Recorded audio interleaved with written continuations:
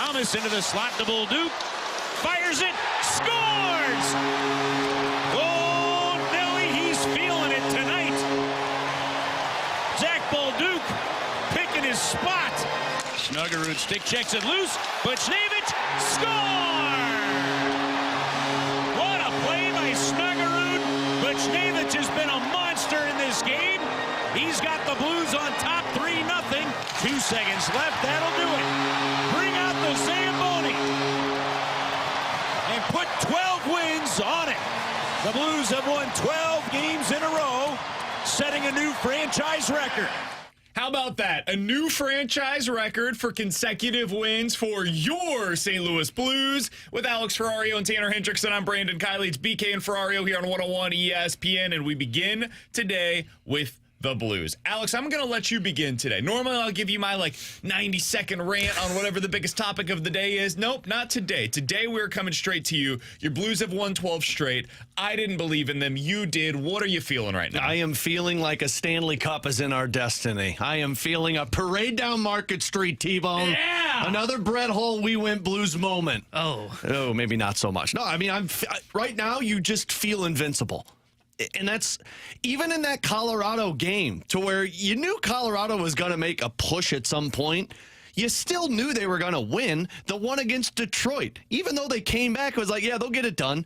That's where this team has just put themselves. I don't know if it's because of the 12-game win streak or if it's just because they're playing this way. They never feel out of a hockey game. And you can't say you've had that same feeling for a Blues team since 2019.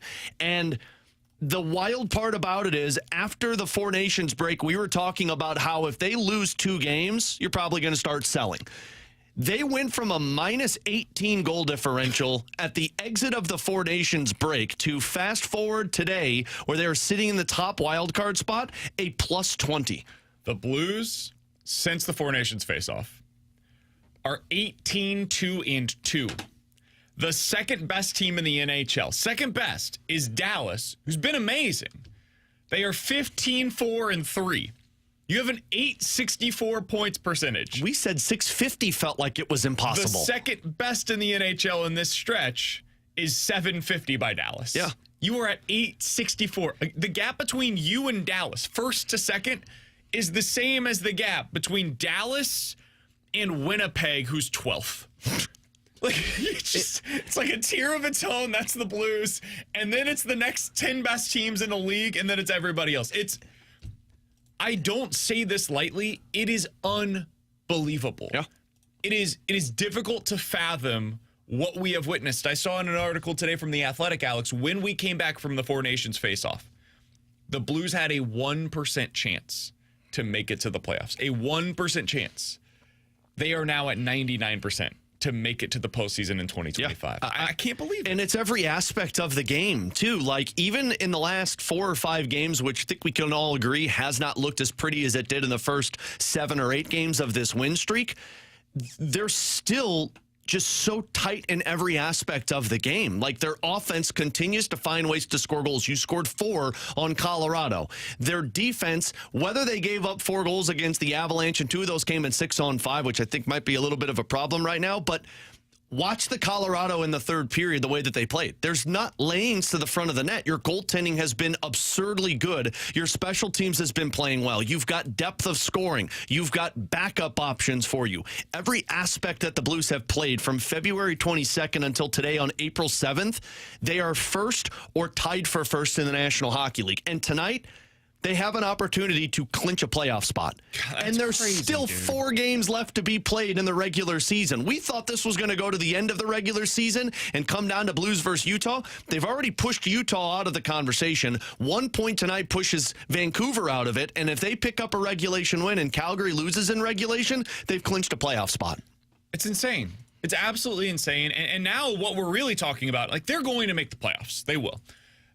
Now it's a matter of, will they be the top wild card? I laughed at you and Marshy when you even suggested the possibility of, hey, should we start talking about that? Can they catch Minnesota? No, that's ridiculous. Of course they're not going to catch Minnesota. And yet here they are as of today. They have caught Minnesota, dude.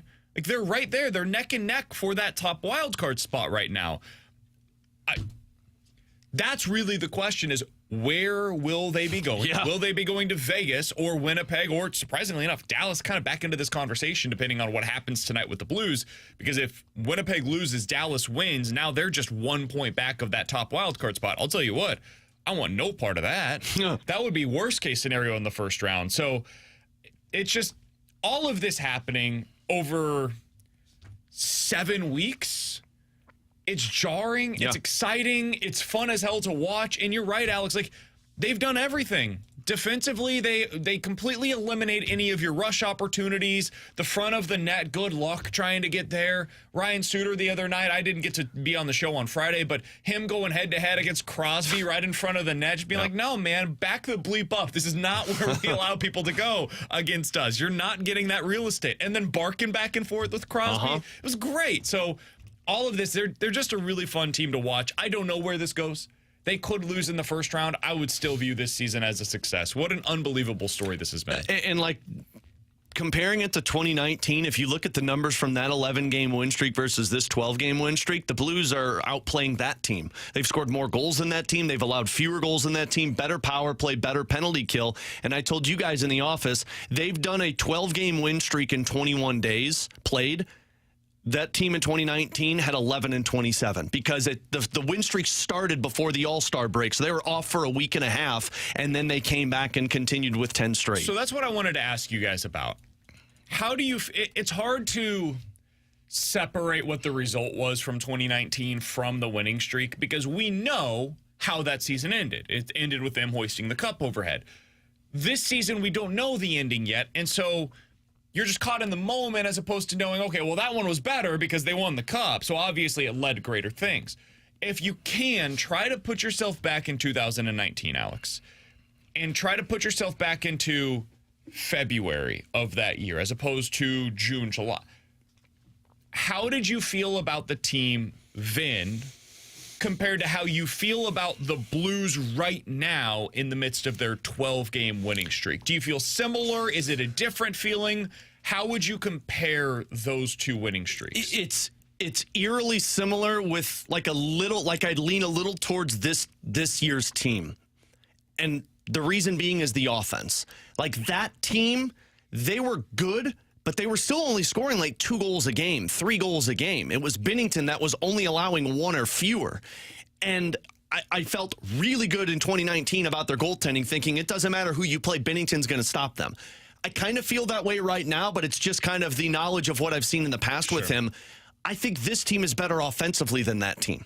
And I think this team has better options in terms of top to bottom than what that team was. You're eerily similar in terms of the fourth line, in terms of production and how they play. You've got arguably as good of a centerman, if not better than what O'Reilly was in 2019 and Robert Thomas. And you've got the depth of scoring now. So I think in 2019, I went into that playoffs feeling like, okay, you're neck and neck with Winnipeg. You were in the 3 spot. Winnipeg was 2. Winnipeg had been a little bit better than you, but your goaltending's got you the upper hand. I look at the playoffs now, and there's one team that I say I don't want to match up with in the first round, and it's Dallas. But other than that, Winnipeg, Vegas, Colorado, to me it doesn't matter because your offense and the style that you're playing is suffocating the opposition, and your goaltending tandem has been so good. So, yeah, I think overall gut feel, I feel the same way I did in 2019, that this Blues team is going to be very difficult to knock out of the playoffs. T-Bone, how do you feel? If you can remember back to that, like how do you feel differently or similar about the Blues right now than you did then? To me, they feel a lot like that team. And I was just looking at this because one thing that popped in my head was, okay, this Blues team, fairly young, right? So, and when I think back to that 19 Cup run team, first names that I kind of think of are Perron, O'Reilly. But I was just looking, that 19 team had basically the same number of guys that were under the age of 25 that were main contributors. So that's not even really a big question mark for them. The one thing that I will say that does feel, I don't know if alarming is the right word, but is something that is going to be worth keeping an eye on, is the Holloway injury and losing such a big piece right before the playoffs. Yeah. The 19 team didn't have that I can remember. They stayed healthy. And it's not like you're replacing him with hey, here comes in like this wily veteran that we had that's been really good for us. You replaced him with a guy that just played college hockey like 2 weeks ago. So that would be the one thing that is the only difference that I can tell. Otherwise, I'm with Alex. Like, they've got the depth of scoring. They've got the fourth line now that looks great offensively. We talked about their numbers a couple of weeks ago. And defensively, you look sound as ever. You're doing a good job of keeping things to the outside. Sure, they go through a little bit of rough stretch at the 6-on-5 against Colorado, but to me, they feel very similar, and they're definitely close enough to be in about the same age as well. This is going to sound weird, Alex. I like weird. I feel better about the overall team game than I did in 2019. And I do wonder a bit, do they have the magic that you caught in Jordan Binnington in 2019? Because really, when you think back to that run in 2019, there's a million different things that immediately come to mind. You need the entire roster, right? All of it has to come together. But the thing that was the backbone for the Blues, the entire 2019 run, was Jordan Binnington playing some of the best hockey that we've ever seen by a goalie, certainly here in St. Louis. This stretch of games, Binnington's been great, don't get me wrong. He's had a couple of one-offs here or there, but he's been really good. I don't think he's quite at the same level as he was in 2019. That is, I promise you, no shot against Binnington. He's been really, really good. Do you have that one thing that no matter what, every single night you can look at and say, we do that better than anybody in the entire playoff field? I don't know the answer to that. Maybe they do. And maybe that will be something that emerges after the postseason. It certainly did with Binnington in the playoffs. That ended up continuing on beyond just the regular season. The other thing is just the timing of the two winning streaks. This one is coming so close to the playoffs that on one hand, it's great because you're going in with all the momentum in the world potentially. On the other hand, like, I don't know how they're going to respond when they lose. Because this is going to come to an end at some point, whether it's during the regular season in the next 4 games or when they reach the postseason. They're going to lose a game, most likely. We'll see. Maybe they go on a historic run, but they're probably going to lose a game. What does that look like when they have to respond again? I think they'll be fine because they've responded to adversity all year long, but it would be natural, it would be human if there is a bit of a, okay, let's go back at it. Yep. You know, because they've spent so much energy just getting back into this thing that I've been waiting for the moment where they do have that release. They haven't had it yet. But it's coming. It's coming eventually. I will be curious to see what that looks like. But even so, like, they haven't had that loss, which is a difference, but they have played bad games and have still won. And just seeing their next game has been like, okay, like Colorado's a perfect example. You didn't play well against Pittsburgh. You coughed up the lead and you still won. You came out and you just annihilated Colorado in the first 2 periods. Colorado did push back, but like, they change so fast in terms of when they know there's a problem, they correct it, which is something that 2019 team, like, if you go to Money Puck and just look at what the expected goals against on that winning streak towards the end of the season, the expected goals against were like 3.5. The other team was getting massive scoring opportunities. Binnington was just putting on a show. Yeah. He's not doing that now. Like, he's making good saves for you, but it's just when the system breaks a little bit. Like, when the crack happens and the water seeps through, there's Binnington. Yeah, the overall team game, I think, is better than it was in 2019. And so, the one for me, because the point you made, I think, is the best part about this Blues team is when you're playing it. That team in 2019, you know, they had their ups and downs towards the end. They still were finishing like a good team. Look at the 2022 Florida Panthers. That was the team that made it all the way to the Stanley Cup final and lost to Vegas, but they were 5 games below 500 at the beginning of January. From January on, they were 10 games above 500. And that's the most recent team that I can think of where, like, when they got into that winning streak, it became about the system, right? Yep. And then once they got into the postseason, that was the year they beat Boston. That was the year they beat Boston. Round. And Matthew Tkachuk told the media afterwards, he said, we've been playing playoff hockey since January. And that's what the Blues are in. The Blues have been in that mode ever since they came back from that Four Nations face-off, and they've been playing the best hockey in the NHL since. So it's been a hell of a lot of fun to watch. Blues, new record for their team, 12 consecutive wins. They put it on the line tonight in Winnipeg against the Jets. We'll have the Jets beat writer for The Athletic joining us at 1 o'clock for 2 reasons. 1, to see how they're playing. But 2, this might be a potential playoff matchup for the Blues. How would the Winnipeg side of things view that? Do they view the Blues as somebody that can potentially be a threat to them? We'll talk about that with the Winnipeg Jets beat writer coming up at 1 o'clock. We'll hear from you. 314-399-9646 is the Air Comfort Service text line. YouTube chat is off and running today. The Graveyard Chat, youtube.com/101ESPN STL, and we'll talk Cardinals with Katie Wu coming up at 12 o'clock. We will get to the Cardinals also coming up next. Oh. You're never going to believe this, Really? Alex. The Blues got swept. They're 1-5 in their last 6 games. The Blues did not get swept. Excuse me. Cardinals got swept. They're 1-5 in their last 6 games. That checks out. I'm going to give you the positives. Oh, What's son of happening a- in this Oh, 9-game come on. stretch? Coming up next here on 101 ESPN.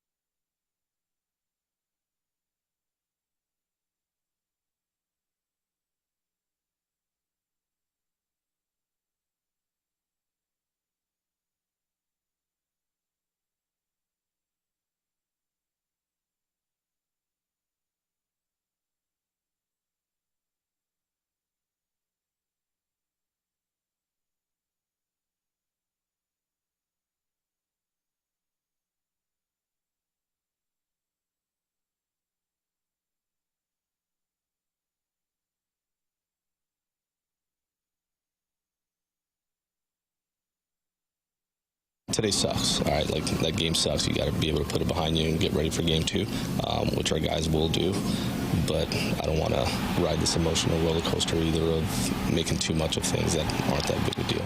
Yeah, they lost over the weekend. Lost a lot. They were ready for game 2. It wasn't good. With Alex and T-Bone on BK, that was Ollie Marmol after game 1 yesterday, the doubleheader. It did not go well in the first one, and it went even worse in the second one. Does somebody open up his post game for game 2 and says, so Ollie, were your guys ready for game 2?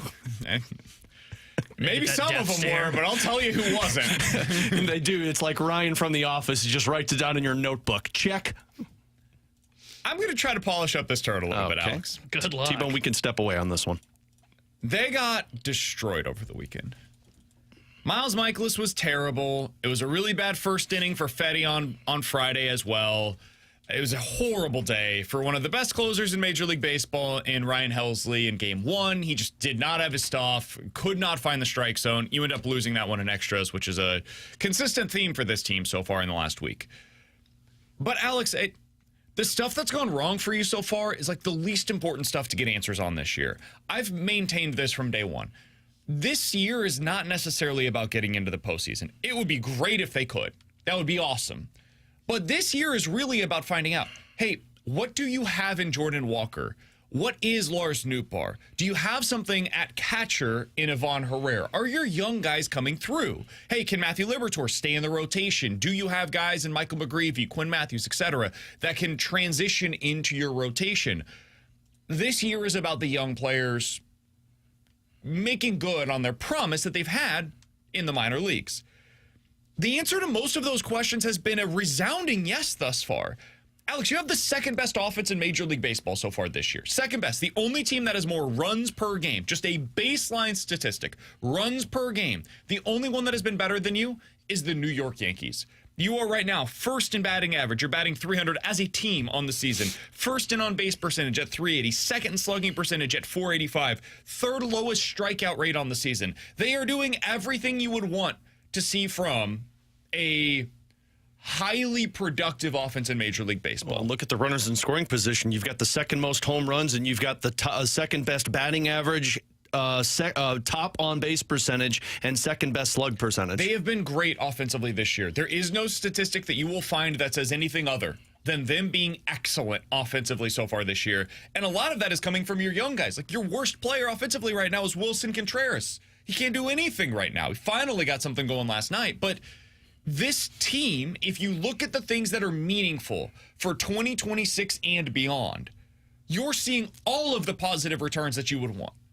What's gone wrong is mostly the guys that aren't going to be here beyond 2025. Helsley had a bad blow-up inning. You had a really bad day yesterday by Miles Michaelis, who might not even be here by the end of the season, much less in 2026. Wow. Eric Fetty, he had a really bad inning against the Boston Red Sox, and they couldn't find a way to overcome that. I don't know what Chris Roycroft's plan is going to be here for moving forward. I don't know if you're going to have Ryan Fernandez beyond this year. Certainly don't know if he's going to be in a meaningful role. So I say all of that to say this.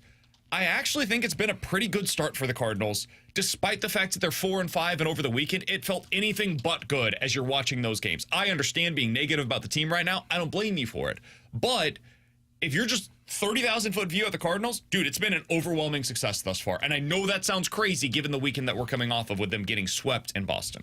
I knew the pitching was going to be bad this season. Like, I just knew it, because look at the faces. You were hoping for a great year from Miles Michaelis, a great year from Eric Fetty, and these are guys I just can't trust in, and whether it was Mats or Liberatore.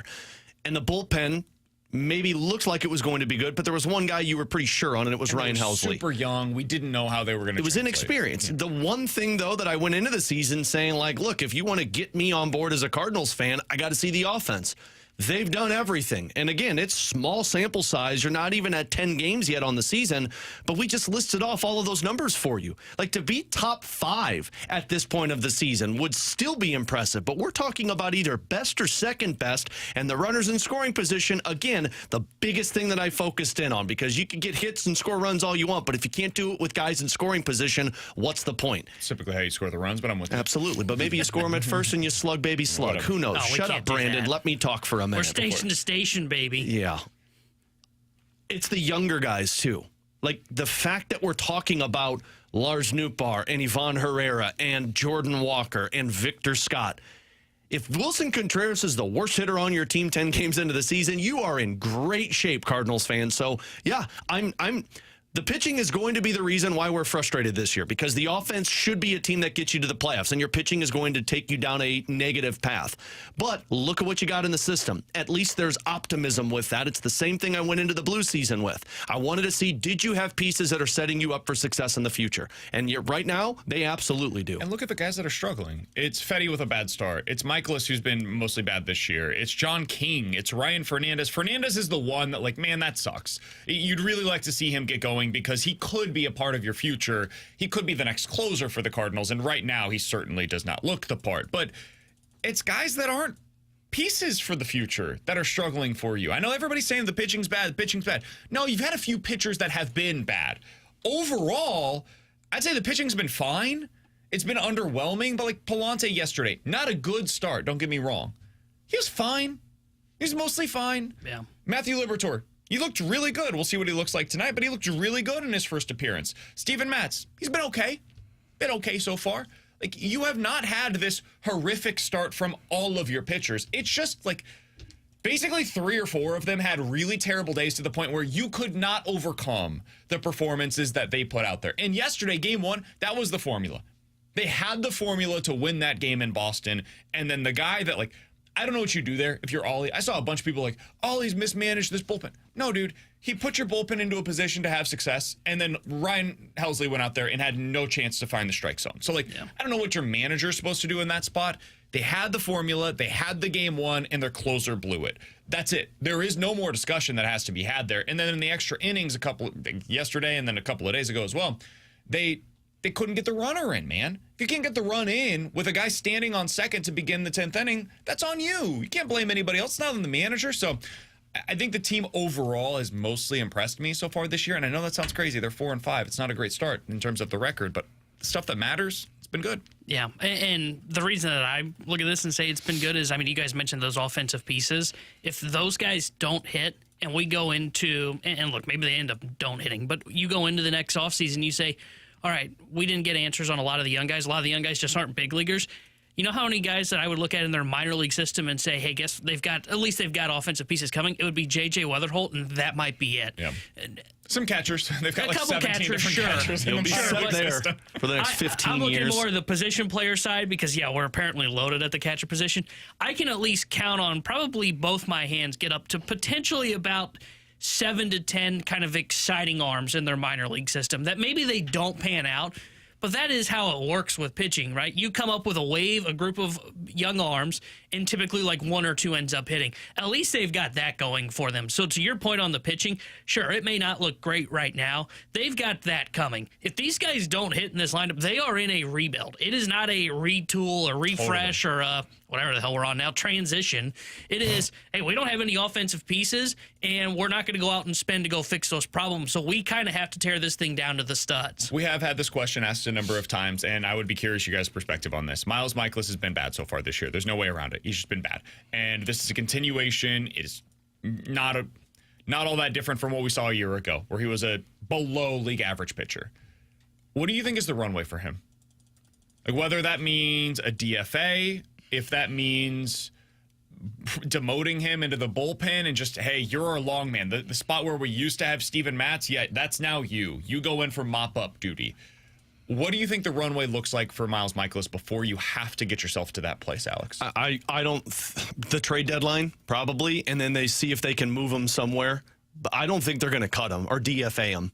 I just don't see the Cardinals doing that. The bullpen option? I don't know if they'll do that either, unless the bullpen is just completely in shambles. But I think they're going to keep him in the rotation because of, at least you hope, the innings. Now, he couldn't provide those for you in Fenway, but the hope from the Cardinals would be, like, just give us 5 so that we can, 1, have our bullpen rest, and 2, we don't have to rush Matthews or McGreevy. Although if McGreevy's ready to go, I can see them saying, like, look, we need to get McGreevy in this bullpen or in this rotation. See, I don't know if they'll go that route because of the concerns of their depth in their minor leagues. I think he's got maybe 2 more starts. and I don't think they'll DFA him because that goes to depth again. I think 2 more starts if he's still not pitching well, and Matt has another good start because I think this would line up with the 13 and 13 days. That's when they want to go 6-man, though. Yeah, well, what I'm saying is, like, by the time you get done with that 13-day stretch, maybe that's when they finally say, okay, Michaels hasn't pitched well. It's been 4 starts at this point.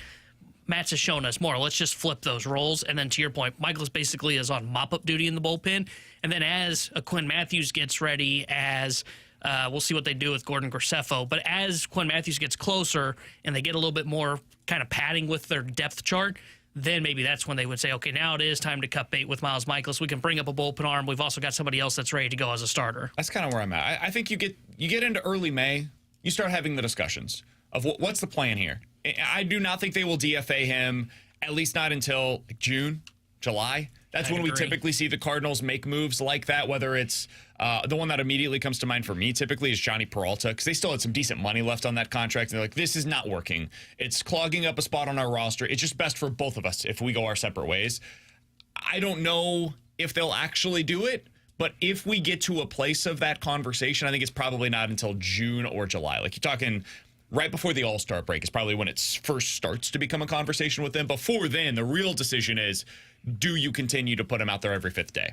And with Steven Matz pitching flat out better than him, if that continues through that 13 games in 13 days where they go into that 6-man rotation for a little while, I could see them maybe making that decision. That is something that I do not think Ollie would shy away from. I think he'd be willing to do that if it is the right call based on what we have seen through the first 5 or 6 starts through the rotation. With Alex Ferrario and Tanner Hendrickson, I'm Brandon Kiley. It's BK and Ferrario here on 101 ESPN. We did get this text that I wanted to react to. Somebody on the text line said, BK is just glossing over the fact that one of the biggest bright spots on the team is Ivan Herrera, and he's out now for the next 10 games. I guess that doesn't fit your narrative. No, that sucks. It doesn't sound like it's anything super serious. Fingers crossed. Hopefully it stays that way. It sounds like he's coming back today to St. Louis to get some more testing on that knee. But based on everything report-wise that came out yesterday, they said there was no initial prognosis of like a lingering effect. There was no structural damage. So if he can come back in 10 days, it sucks. It's a bummer. I wish we could see more of Ivan Herrera over the next 10 days, but hopefully he rests up, he comes back. He's the exact same hitter as he was prior to that injury. Also, Ivan who? Have you seen Pedro Pages' numbers? Great. He's been great so far. Slugger, am I right? I would not expect that to So sustain. We saw this at OPS moments plus last year as well, but he's been really good. The guy they brought up, He can hit.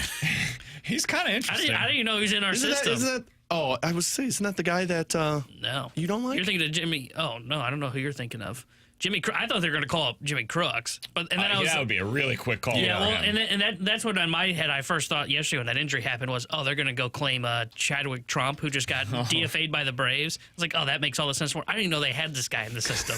Yep. Yeah, he's a big boy. He's a big boy. They typically are. He's a really big boy. It'll be fun to watch. Good. All right, with Alex and T-Bone on BK, it's BK and Ferrario here on 101 ESPN. In 15 minutes, questions and answers. Katie Wu joins us to discuss the Cardinals coming up at 12 o'clock. Yes, we have seen your questions. What is the plan with Dylan Holloway? How long is he going to be out? There's a report from earlier today. We'll let you hear that next year on 101 ESPN.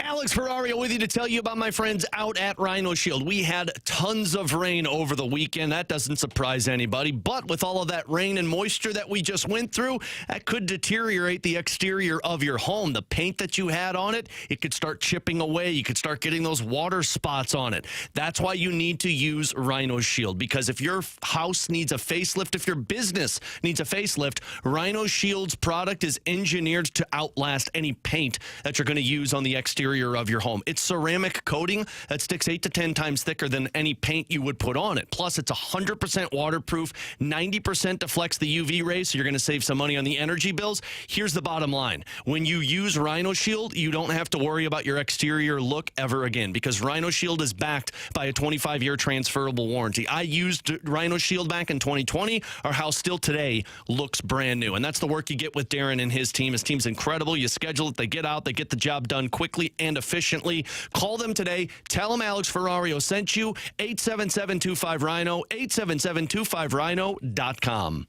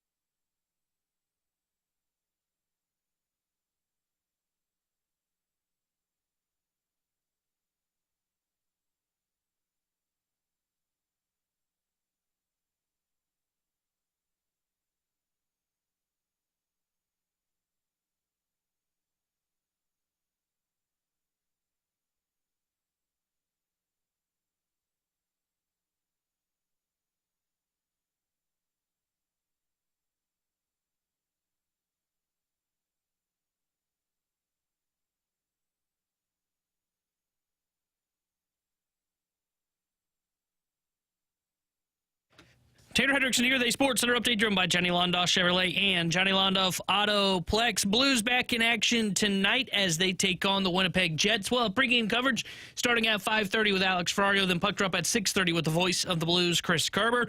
Cardinals got swept over the weekend by the Boston Red Sox. Tonight they head to Pittsburgh where they'll start a 3-game set against the Pirates. Matthew Liberatore will be on the mound for St. Louis. It'll be a bullpen game for Game 1 for the Pittsburgh Pirates. The Sports Update is driven by Johnny Londoff Chevrolet and Johnny Londoff Autoplex. See them at Londoff.com. Chevy, together we drive. Are you kidding me?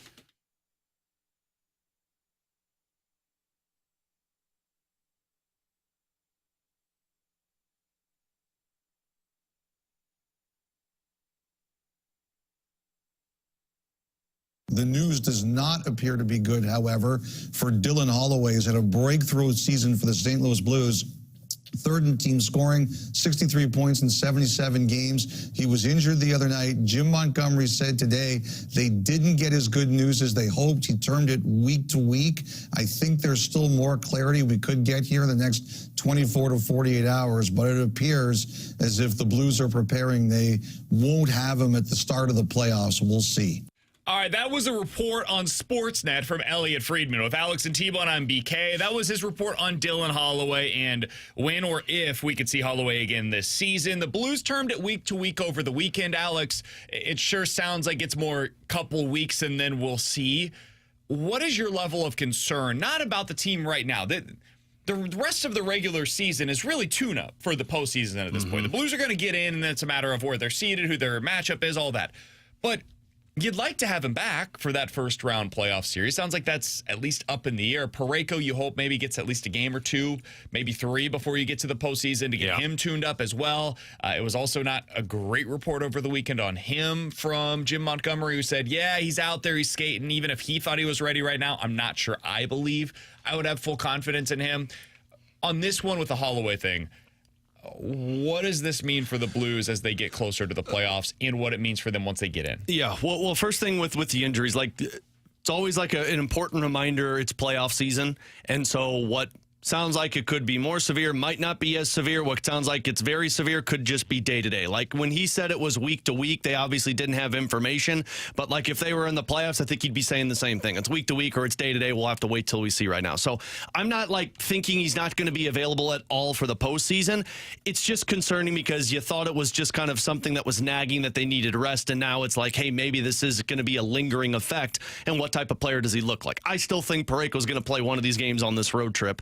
And you're going to see him before the end of the season. What it means for the team, it means you're going to have to really embrace this pack mentality. I mean, look, there's no sugarcoating it. You're in trouble losing a Dylan Holloway.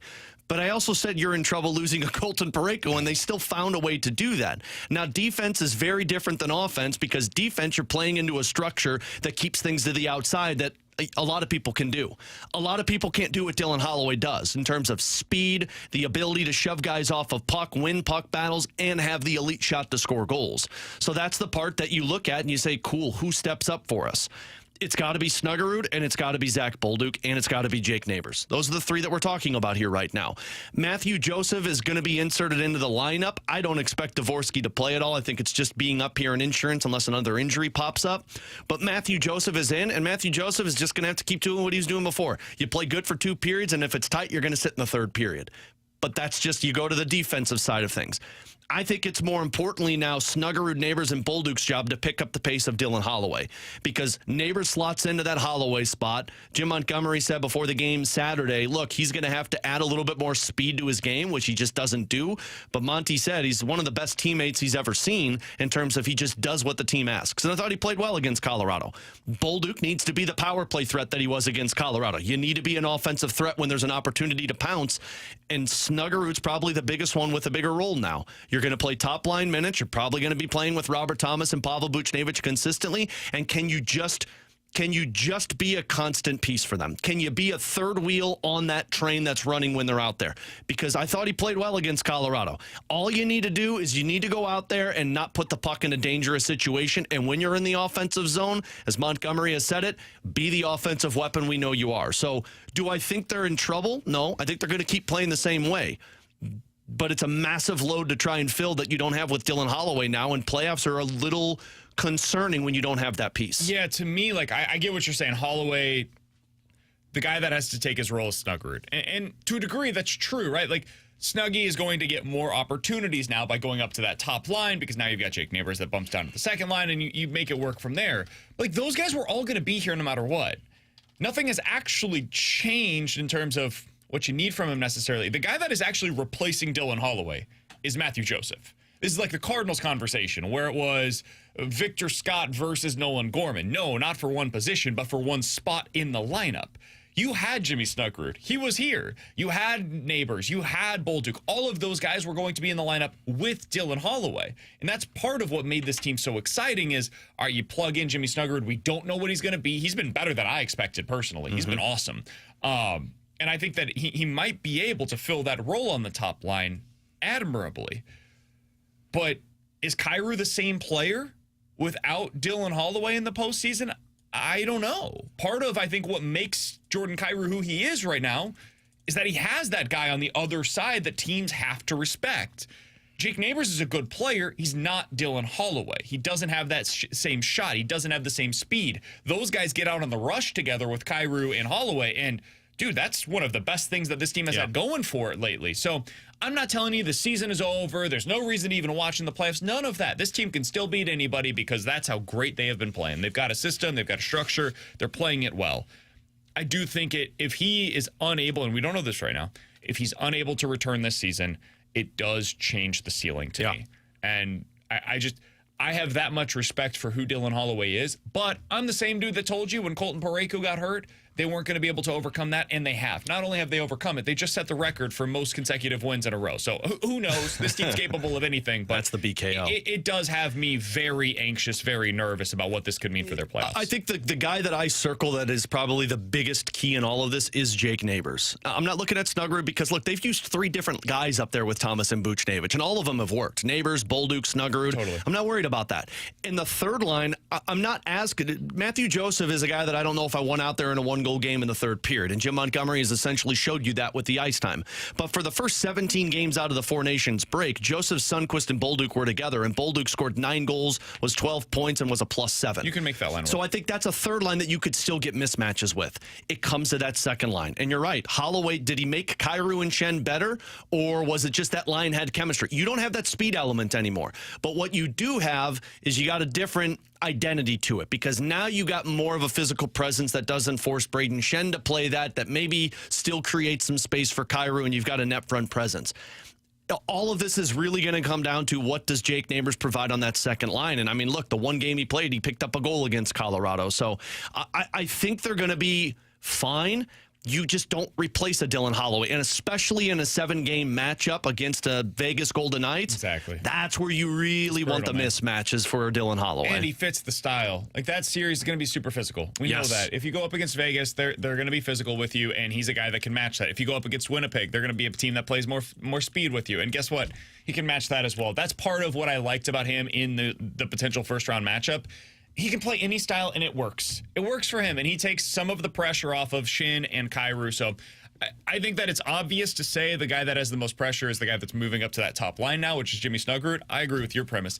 I think it's actually Jake Neighbors. Yeah. He's the one that has to be able to unlock what they have still on that second line, because that's really been the line has been their key contributor offensively. Yeah, well, and the cool thing, too, for this team is Jim Montgomery has really shown his coaching prowess over these last 5 games, because when something doesn't work, he's juggling up the lines. And, I mean, think of what he's done. Like, he's put Bolduc with that top line. He's moved Kyrou up there, and he's found ways to get the best out of it. So now is where you want your coach to be able to squeeze that lemon and get the last few drops. The line combinations are out today at morning skate. The projected lineup, according to Jeremy Rutherford: Booch, Thomas, Snuggerud, Neighbors, Shin, Kyrou, and the Joseph, Sonny, Bolduc. Same as had been the case. Fourth line, same. Defense pairing, same. Joel Hofer expected to start in net. Alex, that means that Dvorsky is not expected to play today.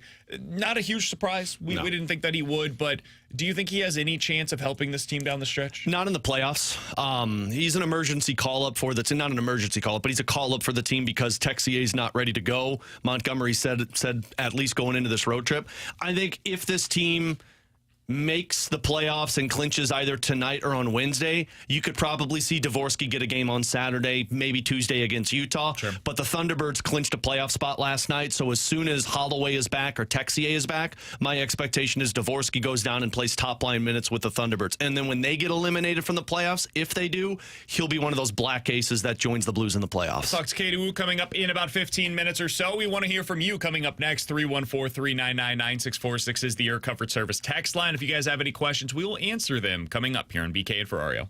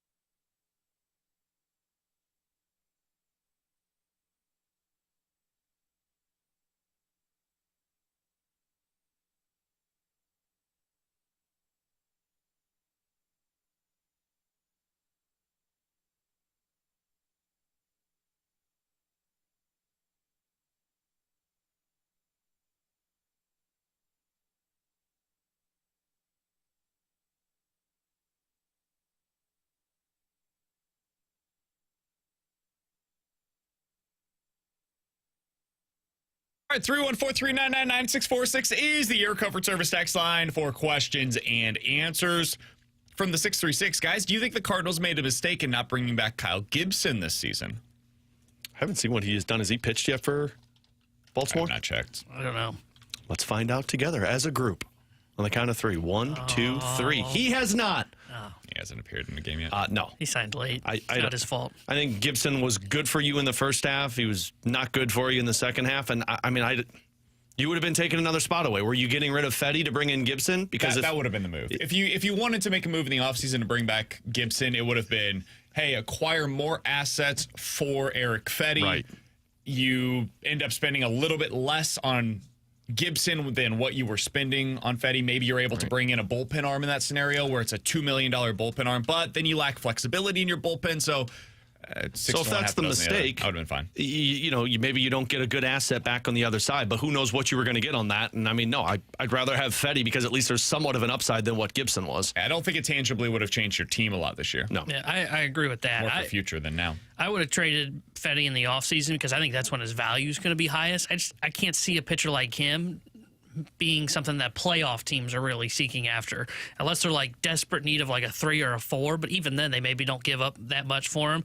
So that's why I would have traded him and signed Gibson. And the other reason I wanted Gibson is he was more of a true innings eater, which I think a rotation needs, than Miles Michaelis. And their whole idea of, Michaelis will be the innings eater, that's just hard to look at because last year he wasn't good, didn't eat innings. And this year he's already trending towards not going to be very good and not eat innings. And what happens is they get in a spot where their bullpen's burned out going into game 1 against Pittsburgh. When you give up as many hits as he does, it's just really hard to eat innings in today's game. All right, from the 314, guys, if Seattle can release fan favorite Mitch Haniger and eat $15 million on that contract, why can't the Cardinals do the same with Miles Michaelis and eat $17 million to give McGreevy a shot?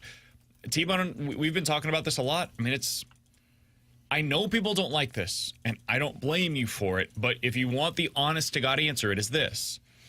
If they have McGreevy in their rotation right now and they release Miles Michaelis, you have no depth.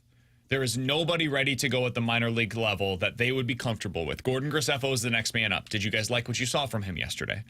My guess is probably not. There's a reason why they don't want him to come up here and be a starter. So that's why. Because they view McGreevy as, at least with him, in a break glass in case of emergency situation, we have depth to go to in the event of some kind of an injury.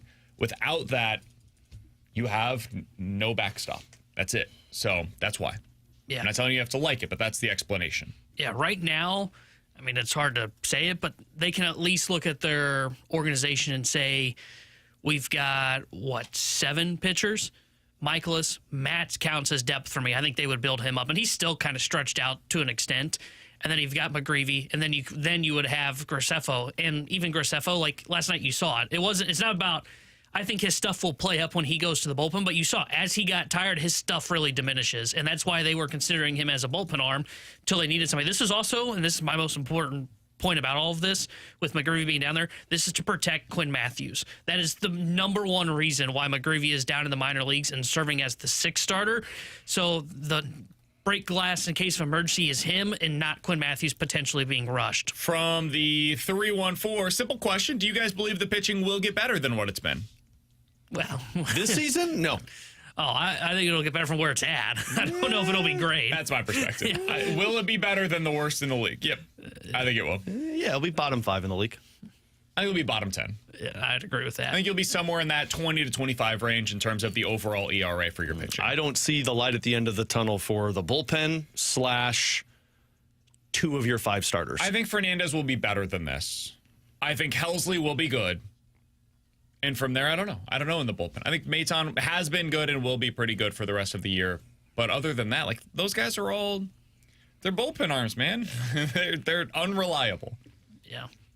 They're potentially on the verge. We'll see, because I think there's still some exciting arms down in the minors, like on the 40-man, like Riley O'Brien, that Munoz cat that they got from Miami can really bring it. But I think they're stretching them out, if I'm not mistaken.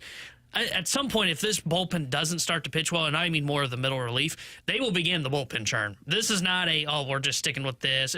Dude, Roycroft can't get guys out. If Leahy suddenly, who by the way looks great, if Leahy suddenly starts really going through it, they will churn through that bullpen. There's no question about that. All right, 314-399-9646 is the Air Comfort Service text line. Final question here, Alex, before we get to Katie Woo on the other side. Katie Woo will join us here on BK and Ferrario. Who is the player during this 12-game winning streak for the Blues that has changed your opinion of them the most based on their performance? Bolduc, by far. Bolduc's a 30-goal scorer. And on top of that, he's probably one of your most physical players. Like, get a little more discipline in him to where he doesn't take cross checks and takes penalties. He's going to be a very impact. He's another top 6 winger that I thought was at best a third-line winger for you. To go different from that, can I choose a group rather than a player? I'd say the fourth line as a whole. And it's not because, it's not that they didn't have an identity. They had an identity beforehand. But they now bring a little bit of an offensive punch to the table now, which they did not do early on in the season. So I would say that's the group of players. Those 3 are the one that really changed it for me. I'll go. My answer, honestly, is Zack Bolduc as well. If I was to go with somebody different, Robert Thomas. Guy's been unbelievable, man. Yeah. Leads the NHL in points since February 1st, but he's a plus 18 on the ice now for the season. He's at 75 points. He might still find a way to get to 80 points by the end of the season, despite only playing in 70 games. Yeah, well, and it's amazing. It was you that made the reference, wasn't it? To where, think of it, he missed 12 games and then had a terrible month of December. Yeah, still found a way. He basically had 24 games where he was 6 points. Those 2 things don't happen, which I think they're kind of anomalies in terms of the injury and then the head case when it came to the Four Nations tournament. I mean, you're talking about a guy who's at 90 points for sure, could be pushing 100. Yeah. He's been unbelievable outside of basically he effectively took a month off. Yep. And other than that, he's been great. Another one too, Tyler Tucker. I think Tyler Tucker is a mainstay, a third pair defenseman for you. And then to your fourth line point, Foxa picks up at least 1 point before the end of the season. It's the first time you've had 3 guys on the fourth line have 15 or more points in a season since 2019. He's been good. That fourth line has been really good. Walker should never come out of the lineup. They've been driving offense. Yes. That's the biggest change. T-Bone, we talked about this previously. Do you want a fourth line? Sure, of course. Throw out 4 lines. But you can't have them out there if they're just going to be in your own end playing physical style of hockey the whole game. But no, they're chipping it in. They're going to work, and they're setting up the next line. That's the biggest thing is they may not be doing the scoring, but they get the puck in deep, and then they're able to get the change, and boom, they set that next line up ready to go. Remind you of another line? Who else did that, Alex? That'd be Oscar Sundquist, Ivan Barbashev, and Alexander Steen. With Alex and T-Bone, I'm BK. It's BK and Ferrario here on 101 ESPN. Coming up next, Katie Woo. She's going to join us on YouTube as well, youtube.com/101 ESPN STL. We'll talk to her and get our typical Monday therapy routine with Katie Woo next year on 101 ESPN.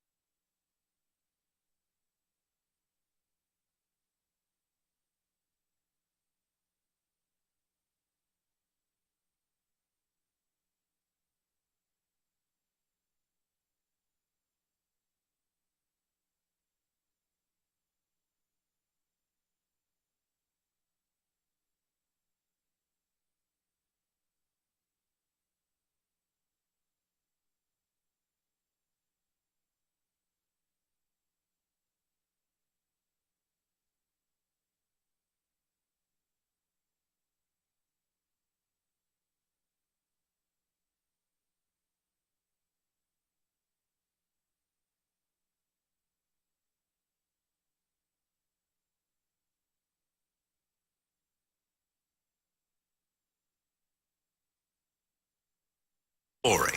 WXOS HD1 East St. Louis. 101 ESPN is driven by Auto Centers Nissan, home of the lifetime warranty and 30-day return. They are St. Louis. It's BK and Ferrario on 101 ESPN.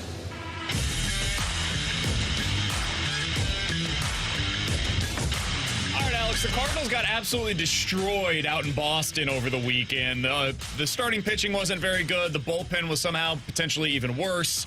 Von Herrera got hurt. He's now on the 10-day IL. And now they've got a depleted pitching staff, which is having to travel on no days off and head to Pittsburgh. This sounds like I need some therapy, BK. Other than that, Mrs. Lincoln, how was the play? We go out to the Callier and Thompson hotline to be joined now by Katie Wu, Cardinals insider for The Athletic, for our typical Monday therapy session. We avoided it last week, Katie, but we are right back to where we expected to be. How you doing today? We're back to reality, boys. What is a Monday morning / early afternoon without having to take a deep breath and exhale about the St. Louis Cardinals? That was not a fun weekend in Boston for the ball club. It wasn't. I had the what was a relatively unpopular opinion today, Katie, of saying, if you look at this big picture and you got to look like 30,000 foot down, it's kind of been an ideal start for the Cardinals so far this year, not in terms of the record, but the young guys have all been really good. Jeez. The guys that are getting blown up are mostly pitchers that you don't expect to be here beyond this season. How do you view, if we just did the first 9 games of this season, how would you view their start to the year? I hear what you're saying, actually, and I don't necessarily disagree. I would view it as disappointing only because I thought they showed so much more potential in the first 3 games, and then you had that reality check in Boston. I mean, the pitching, 36 runs, 46 hits against a Boston Red Sox team that can swing it, but still, that's just not sustainable. Sunday's game 1, I think hurt the most because that's a game that you should absolutely win. Ryan Helsley is not perfect. I get it. Pretty clear that he did not have his fastball command early on in the 9th of game 1. But there were some winnable ball games in the Angels series as well. So they've been competitive up until the Boston series, and I think that's encouraging. The offense still looks great, but here we are, like we do. It's a tradition. We have concerns about the starting pitching. Katie, specifically about whether it's the starting pitching or the bullpen, what to you, after watching it for 3 games, sets off those red alarm bells? I think it's just an inability to put guys away. I mean, look, Eric Fetty and Miles Michaelis did not have good starts. And Andre Palante's line, 2 earned runs, 4 1/3. You'd like him to be a little bit more efficient. You don't like that it took him 91 pitches to get through that. But he's one of those guys that they're given runway to, that you get development for. And I thought, from how they're evaluating him from a player standpoint, it was a good outing. Is it an outing that was good enough to give the Cardinals a chance to win? Yes. Was it efficient? No. But for the things that Palante was working on, it looked good. I think there's just so many question marks about this team, and they have a lot of pitchers that do exactly the same thing in terms of where they're sitting velo-wise, pitch to contact. Stop me if I sound like a broken record. I feel like we've said this for the last 3-4 years.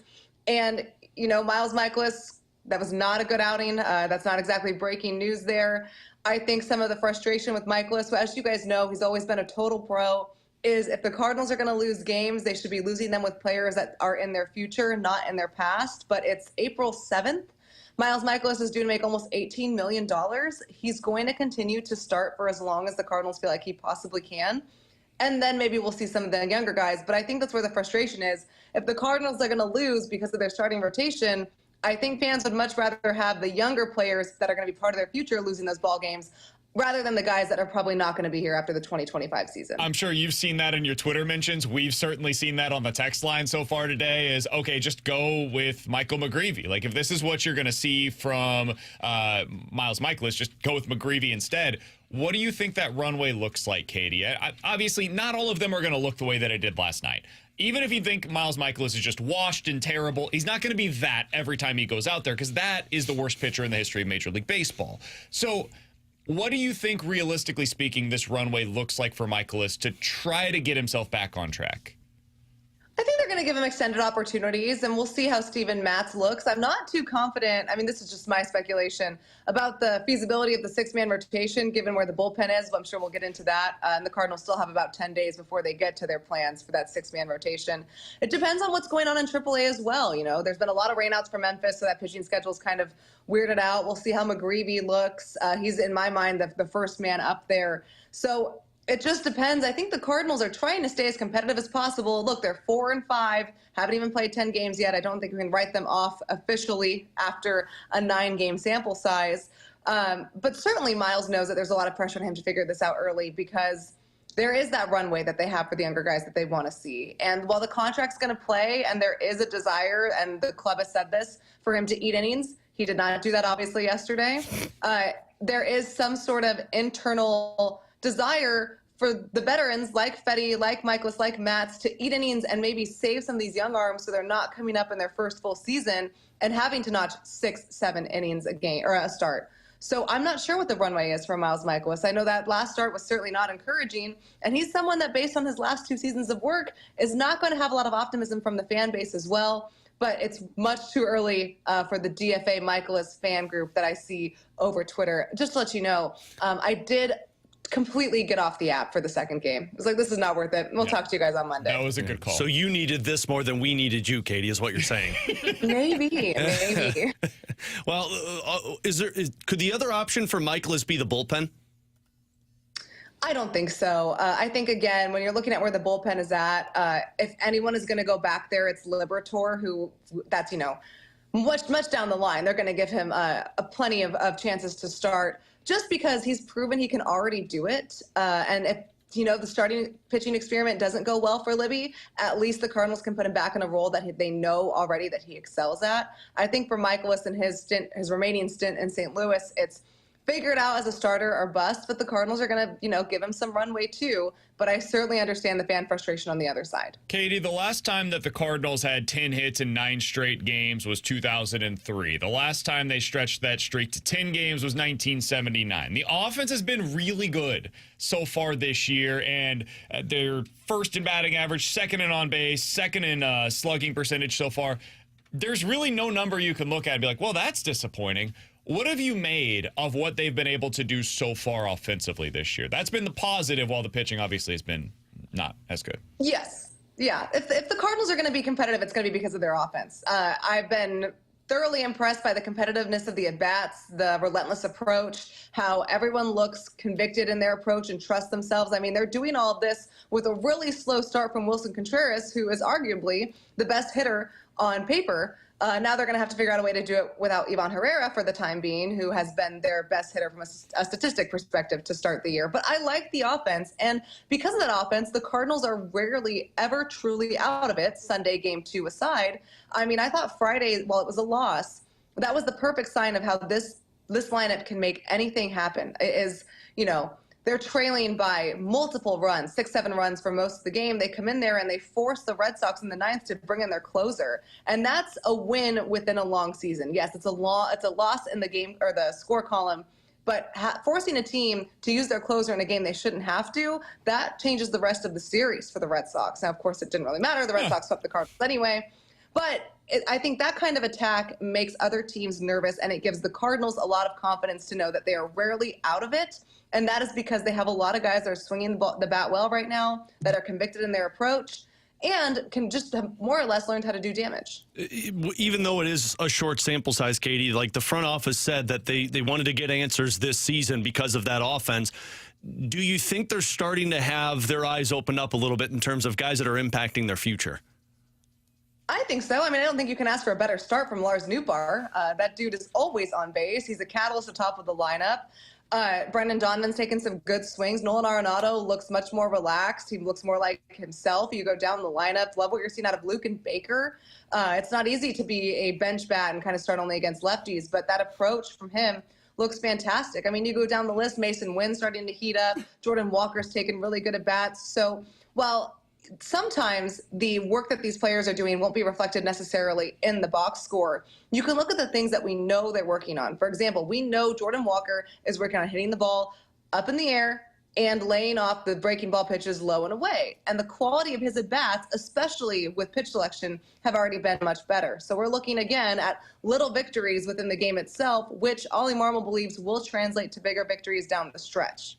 Is Brendan Donovan watching Mad Max Fury Road on repeat? Because he's doing too much right now. He's been productive, don't get me wrong, but trying to steal third randomly, the throw over to first, the throw to home plate the other day, where it's like, hey man, you just got to take the out. He's going to be fine. He's just been highly aggressive in like every possible moment. What is the aggressive choice? He's choosing that at all times right now. Yeah, it's uncharacteristic for Donnie, who's such a smart player, and it's, you know, with one throw in particular last week against the Angels in extra innings, as soon as he let go of the ball to go home, you could see him react in real time. That ball left his hand, and immediately his hands were on his head, and he knew he made the wrong choice. I asked him this question after game one. He was a real peach after that one. There was a stutter step in the ninth from Brendan Donovan going from first to second on a line drive to right, and he was ultimately thrown out to end the inning. And the Cardinals were unable to score an insurance run. And it was an uncharacteristic base running mistake for Brendan Donovan. And Ollie said, they're going to be just fine. They're aggressive. He's going to be fine. I would much rather them be thrown out for being aggressive than being passive. So while it's frustrating to see the team make, you know, outs like that or not make plays based on just baseball instinct, I don't necessarily hate the approach of play aggressive. You just like to see Donovan take a deep breath. He's a smart player. He's going to figure it out. He'll be fine. Katie Woo is our guest here on 101 ESPN. You can read her great work over at The Athletic, and you can follow her on Twitter at KDJWoo whenever the Cardinals aren't losing 18-7. She'll be tweeting over there. The Cardinals did have the injury over the weekend with Ivan Herrera. What is the latest that you understand on his status right now? I know 10-day IL, but where are they at with him long term?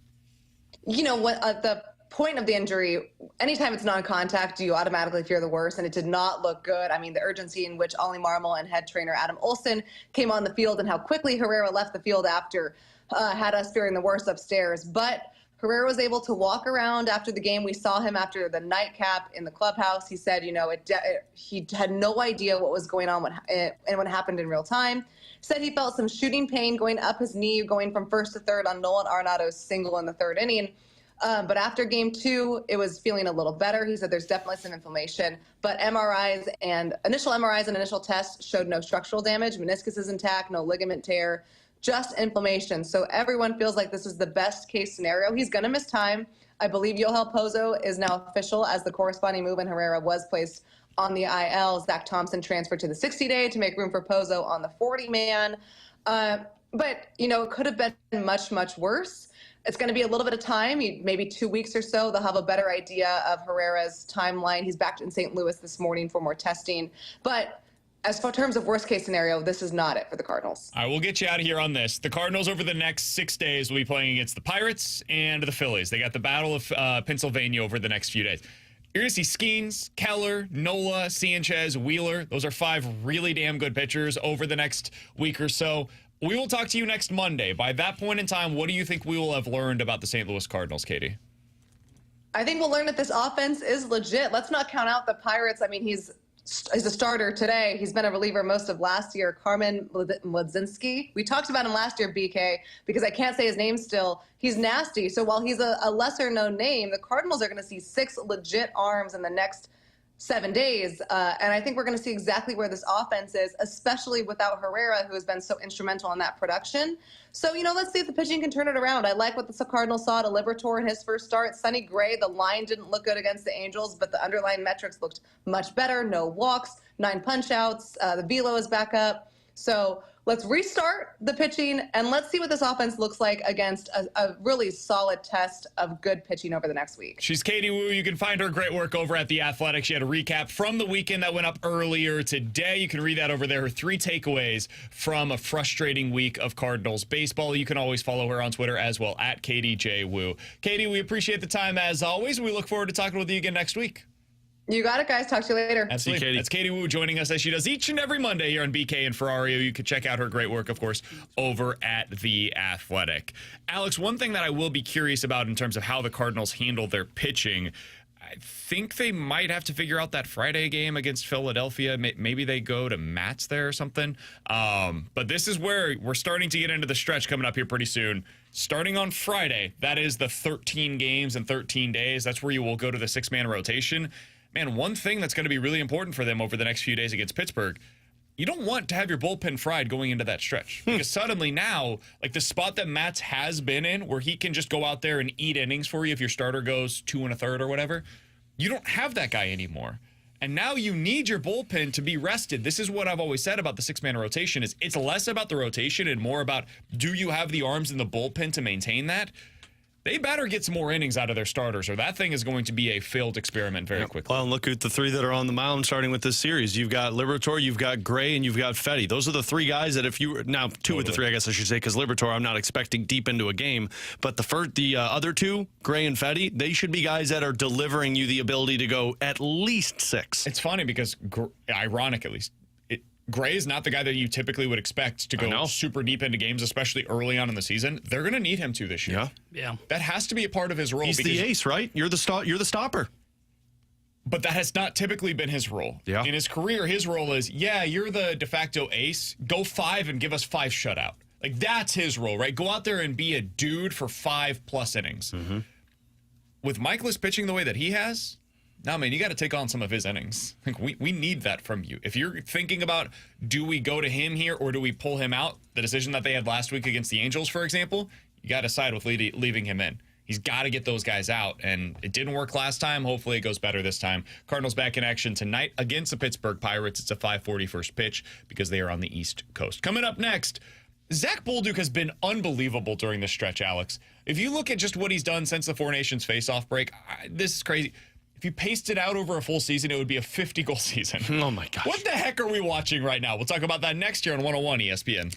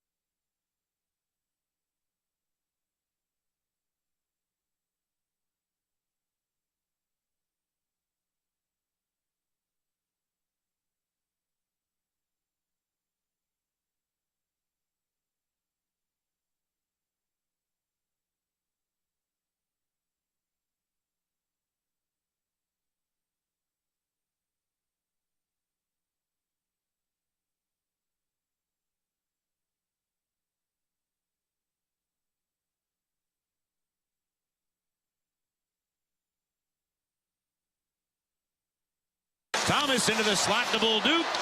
Fires it. Scores! Oh, Nelly, he's feeling it tonight. Zack Bolduc's unbelievable. All he's doing right now is scoring goals. He had 2 over the weekend on Saturday against Colorado. He's up to 18 on the year now. He had said previously, yeah, my goal is to get to 20. I want 20 goals this year. He just might get there, Alex. 12 goals, 15 points in his past 20 games. He's a plus 10 over that stretch. To put that pace in context, 12 goals in his last 20 games. If he were to do that over a full season, he won't. But if he did, it would be a 50-goal pace over a full season. Oh, Alex, cool. This guy's 22 years old. We wondered, is he even a part of this team's future? Well, that's no longer in doubt. He, of course, is part of this team's future. He's more physical than I thought he was. The shot plays up in the NHL even compared to what it was in the AHL. He's more productive right now than he was last year in the AHL. It's crazy what he is doing at this level, Alex. What are we witnessing right now in terms of his development and how much he's opened your eyes on what he could be? Well, you just said it, man. We're witnessing Brett Hull. I mean, 50 goals as a rookie? Like, what else did you want? No, to me, he's doing what Jake Neighbors did the first time we saw him in the NHL. He's establishing himself already as a member of the core. And that's something I didn't expect from Bolduc. I thought Bolduc was going to be the guy that was going to be going from the AHL to the NHL. He'll get a couple of games here. It won't look good. He'll go back because he doesn't have the defensive side of his game, because he was skinnier than a lot of the guys. And to be clear, that was not your opinion. That's what the Blues were stating publicly. Yeah, well, they sent him back to juniors for that reason, saying, like, nope, you're not very good defensively. We need you to get better defensively. And even this year, he was off of the ice, like literally in the press box, because they said he's got to work on his game away from the puck. Yep, and he never dominated the AHL. Like 50 games last year, he scored 8 goals. Like he, at the beginning, I remember talking to the play-by-play guy for the Thunderbirds, and it said, like, yeah, he's still adjusting to AHL hockey. So what you're witnessing is a guy that legitimately in one season figured out what it took to be a pro and has adapted to the NHL game. And why that is so impressive to me is because this doesn't happen for goal scorers.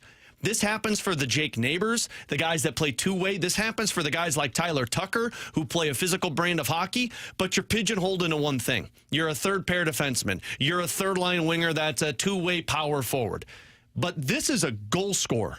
And like, goal scorers don't add physicality to their game. Goal scorers don't change the way that the system is run. They're the guys that say, I score goals, I go here, you get me puck, I put it in net. They're cavemen somewhat with it. But Zack Bolduc has fixed all of that. He has become a two-way forward. He's 3rd or 4th, I believe, in terms of plus-minus on the team. He's going to get 20 goals this season, and this is a guy that looked like he could get maybe 10 in the first half of the year.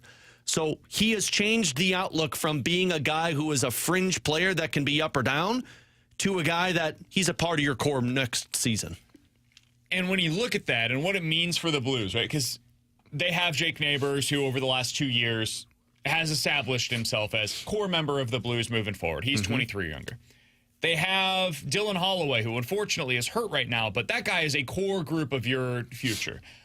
Now you add in Zack Bolduc. That's 3 players that are 23 or younger, and all of them have at least 18 goals so far on the season, Alex. It's possible they get to 20.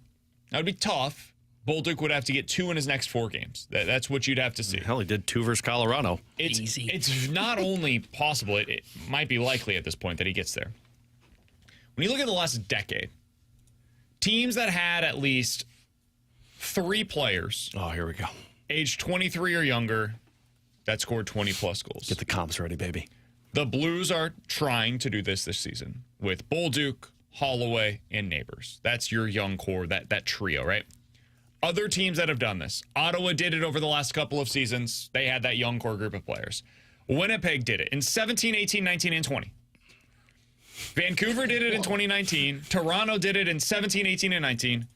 The Devils did it in 2022. We talked about them as the potential comparison for the Blues, where they went really young. They get these players. It takes a little bit, but eventually they become this really fun team to watch. And then Florida did it back in 2015, and that was with their core group of players that, believe it or not, is either ended up becoming trade chips, Jonathan Huberdeau, or Alexander Barkov, who ended up becoming the captain, the best player on that team.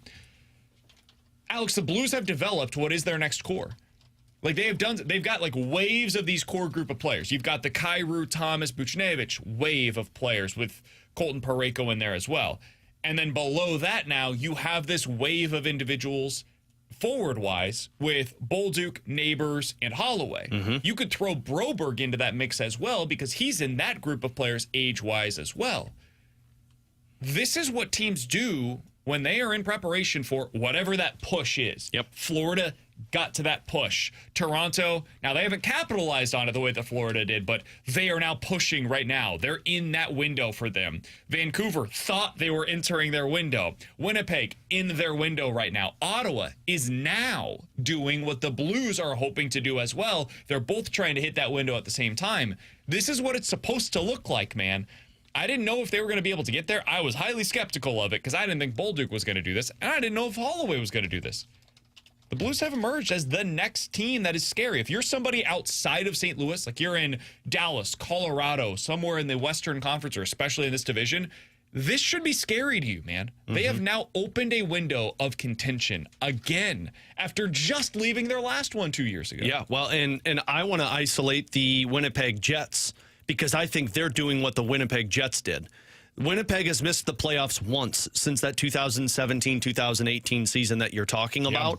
And the guys that they had on the roster, Patrick Laine, who scored 44 goals, Kyle Connor, who had 31, Nikolai Ehlers, 29, and then throw in the fourth one, and I think you said it was 23 or younger. Connor, Nikolai Ehlers, and Patrick Laine were the ones that did it. And so Scheifele doesn't fall into the category, but he's 24 and had 23 goals that season.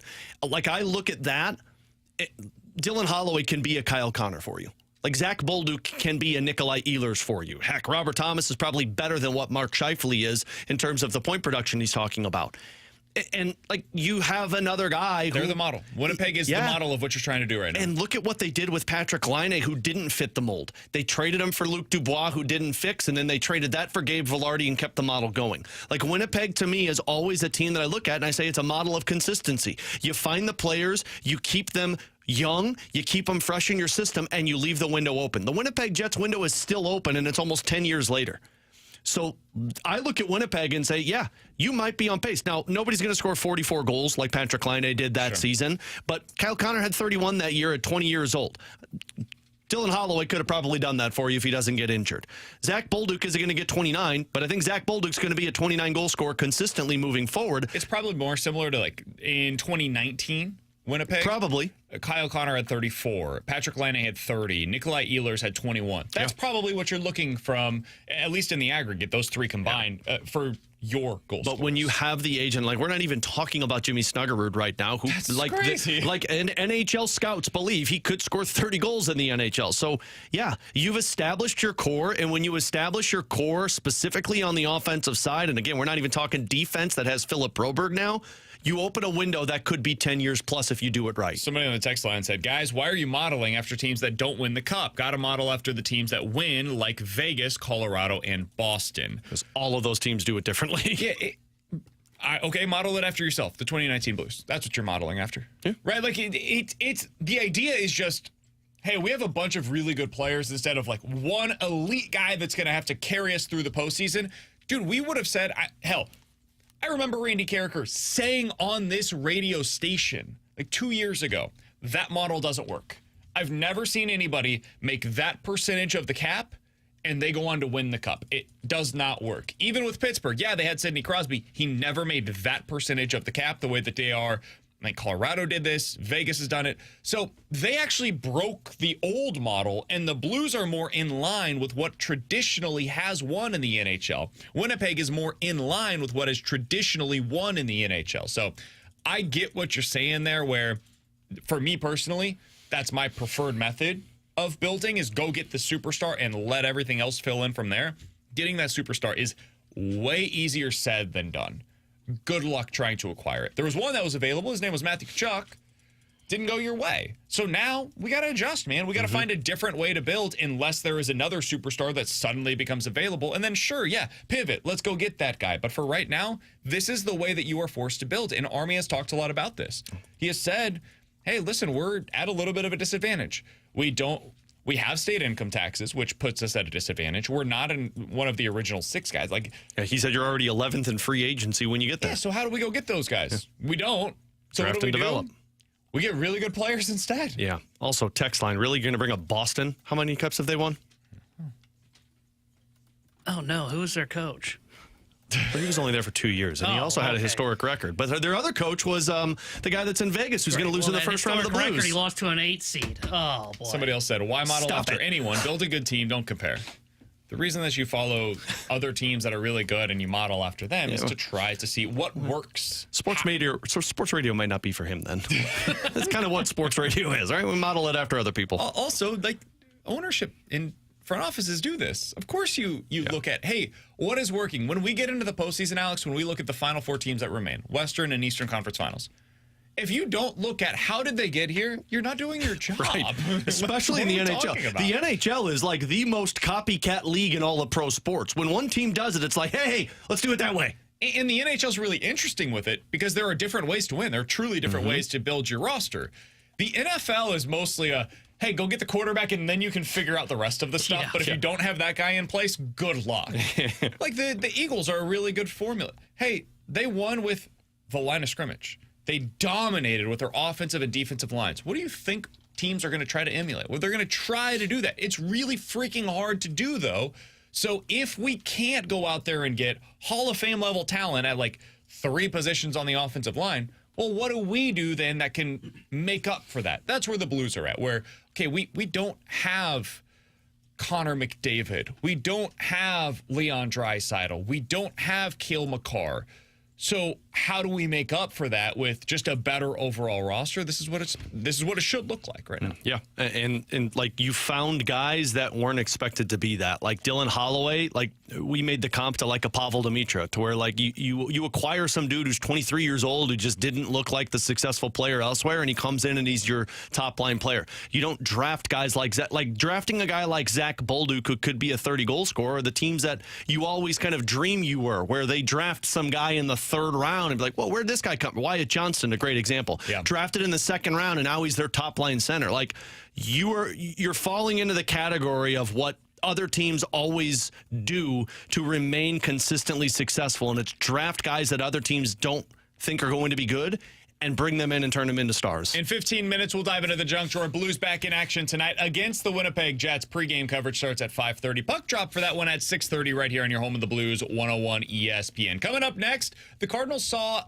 over the weekend what their future could look like. And no, I'm not talking about from their side of things. Say we'll talk about that 18 next runs? here on 101 ESPN.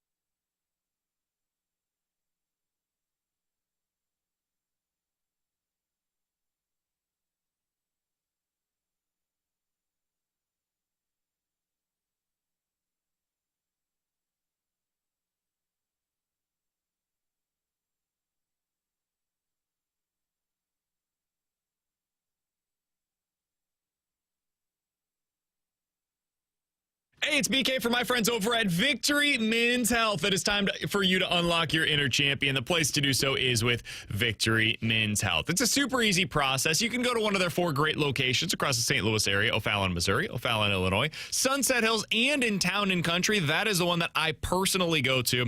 And you can check out all they have to offer on their website right now at victorymenshealth.com. If you need help with erectile dysfunction, you need help with some of your weight loss goals, or if you're looking to get your testosterone levels checked, maybe you're not getting the same out of your workouts, you don't have the same energy that you once did. It happens, man. And when you have that happen to you, you need to get your levels tested. They can do that for you over at Victory Men's Health. It's a super easy process to book that first appointment as well. VictoryMen'sHealth.com. Click on the top right tab. It says book now. Put in your name, email, phone number. Tell them BK with the 101 ESPN sent you, and tell them how they can unlock your inner champion today. It's Victory Men's Health and VictoryMen'sHealth.com.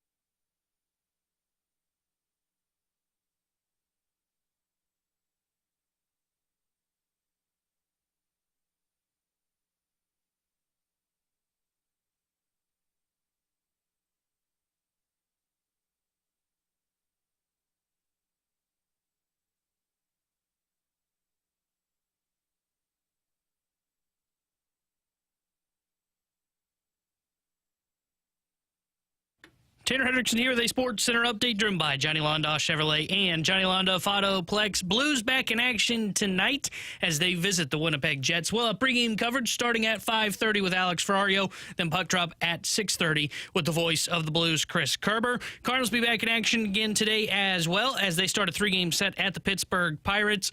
It will be Matthew Liberatore on the mound for St. Louis, and Pittsburgh will be going with a bullpen game in Game 1. This Sports Update is driven by Johnny Londoff Chevrolet and Johnny Londoff Autoplex. See them at Londoff.com. Chevy, together we drive. Are you kidding me?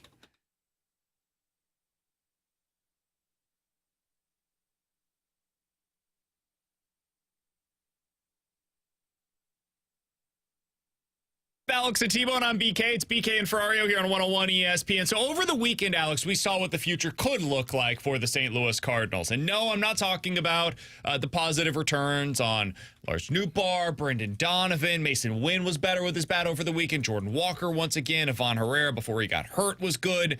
I'm not talking about that side of things, although that plays into this. I'm talking about what we saw from Boston's perspective. Alex, you look at what they had on the other side. Yesterday's starter, Hunter Dobbins. He was drafted in the 8th round of 2021. That is not typically the profile that you expect to be a helpful piece at the major league level. Those are a lot of the times depth pieces in your minor league system. Well, for Hunter Dobbins, he got to the big league level and honestly looked pretty good yesterday for Boston. That is a success story for Chaim Bloom. Wilyer Abreu. My God, does that guy look unbelievable. Made some great defensive plays, has a cannon of an arm out there, and somehow was even more impressive with his bat. That's one of the best players that they had in their system. He was part of the return for the Christian Vazquez trade at the deadline in 2022, the deadline that Red Sox fans at the time hated. They hated that deadline because they didn't pick a lane. They didn't go all in. They also didn't sell all the way. But what they did do is get one of the best players traded at the 2022 deadline for the 2025 season. So, pretty big win there at a deadline for Chaim Bloom. Jarren Duran, Tristan Casas. Pretty good players right now at the big league level. Casas couldn't catch that foul ball. Yeah, that was not good. I mean, what, are you afraid of the net? They were not drafted by Chaim Bloom, but they were developed by Chaim Bloom and his minor league coordinators. And then there's Christian Campbell, who was both drafted and developed by Chaim Bloom. There were success stories littered all across the field yesterday for the Boston Red Sox in Chaim Bloom's era.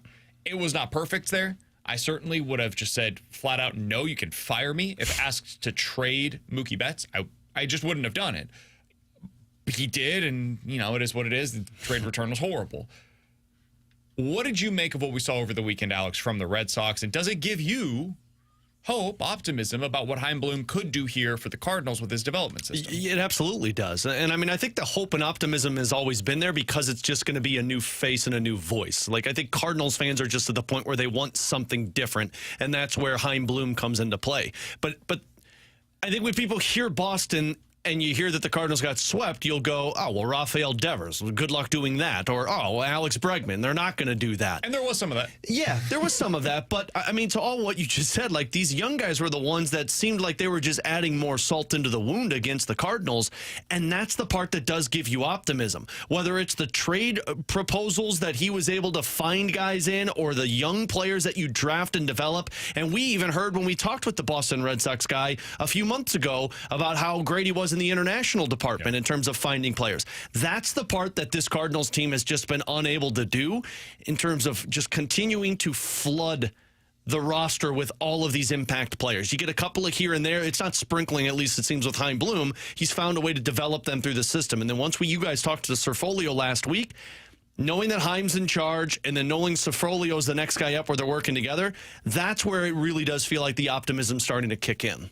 Yeah, looking at the Red Sox, I can picture how Chaim can get the Cardinals into that spot with the young talent. Maybe not so much the, major splashes in free agency. Now, to be fair, he also missed on the Story signing, so maybe it's better he does avoid free agency to an extent. A lot of that was injury-related, but those injury concerns were there prior to the signing. I think Trevor Story made you pay one of the games, too, this weekend. He looked good over the weekend. Everybody did, to be fair. I mean, our pitching's well, that's terrible. a roster from top to bottom. But, I mean, like you mentioned that kid that started on Sunday Night Baseball, that eighth-round pick you said, like, that's a huge success for the St. Louis Cardinals, especially if they can start to kind of backfill their lower levels of the minor leagues. Because a lot of the arms that they have now that are exciting were drafted and are currently developing under John Mozeliak. It's about getting that next wave ready for when Chaim Bloom takes over. And then same on the position player side, because right now they've got a pretty big donut in the lower levels there from their position players. Outside of J.J. Weatherholt, they don't have anybody. And when you look at the Boston Red Sox,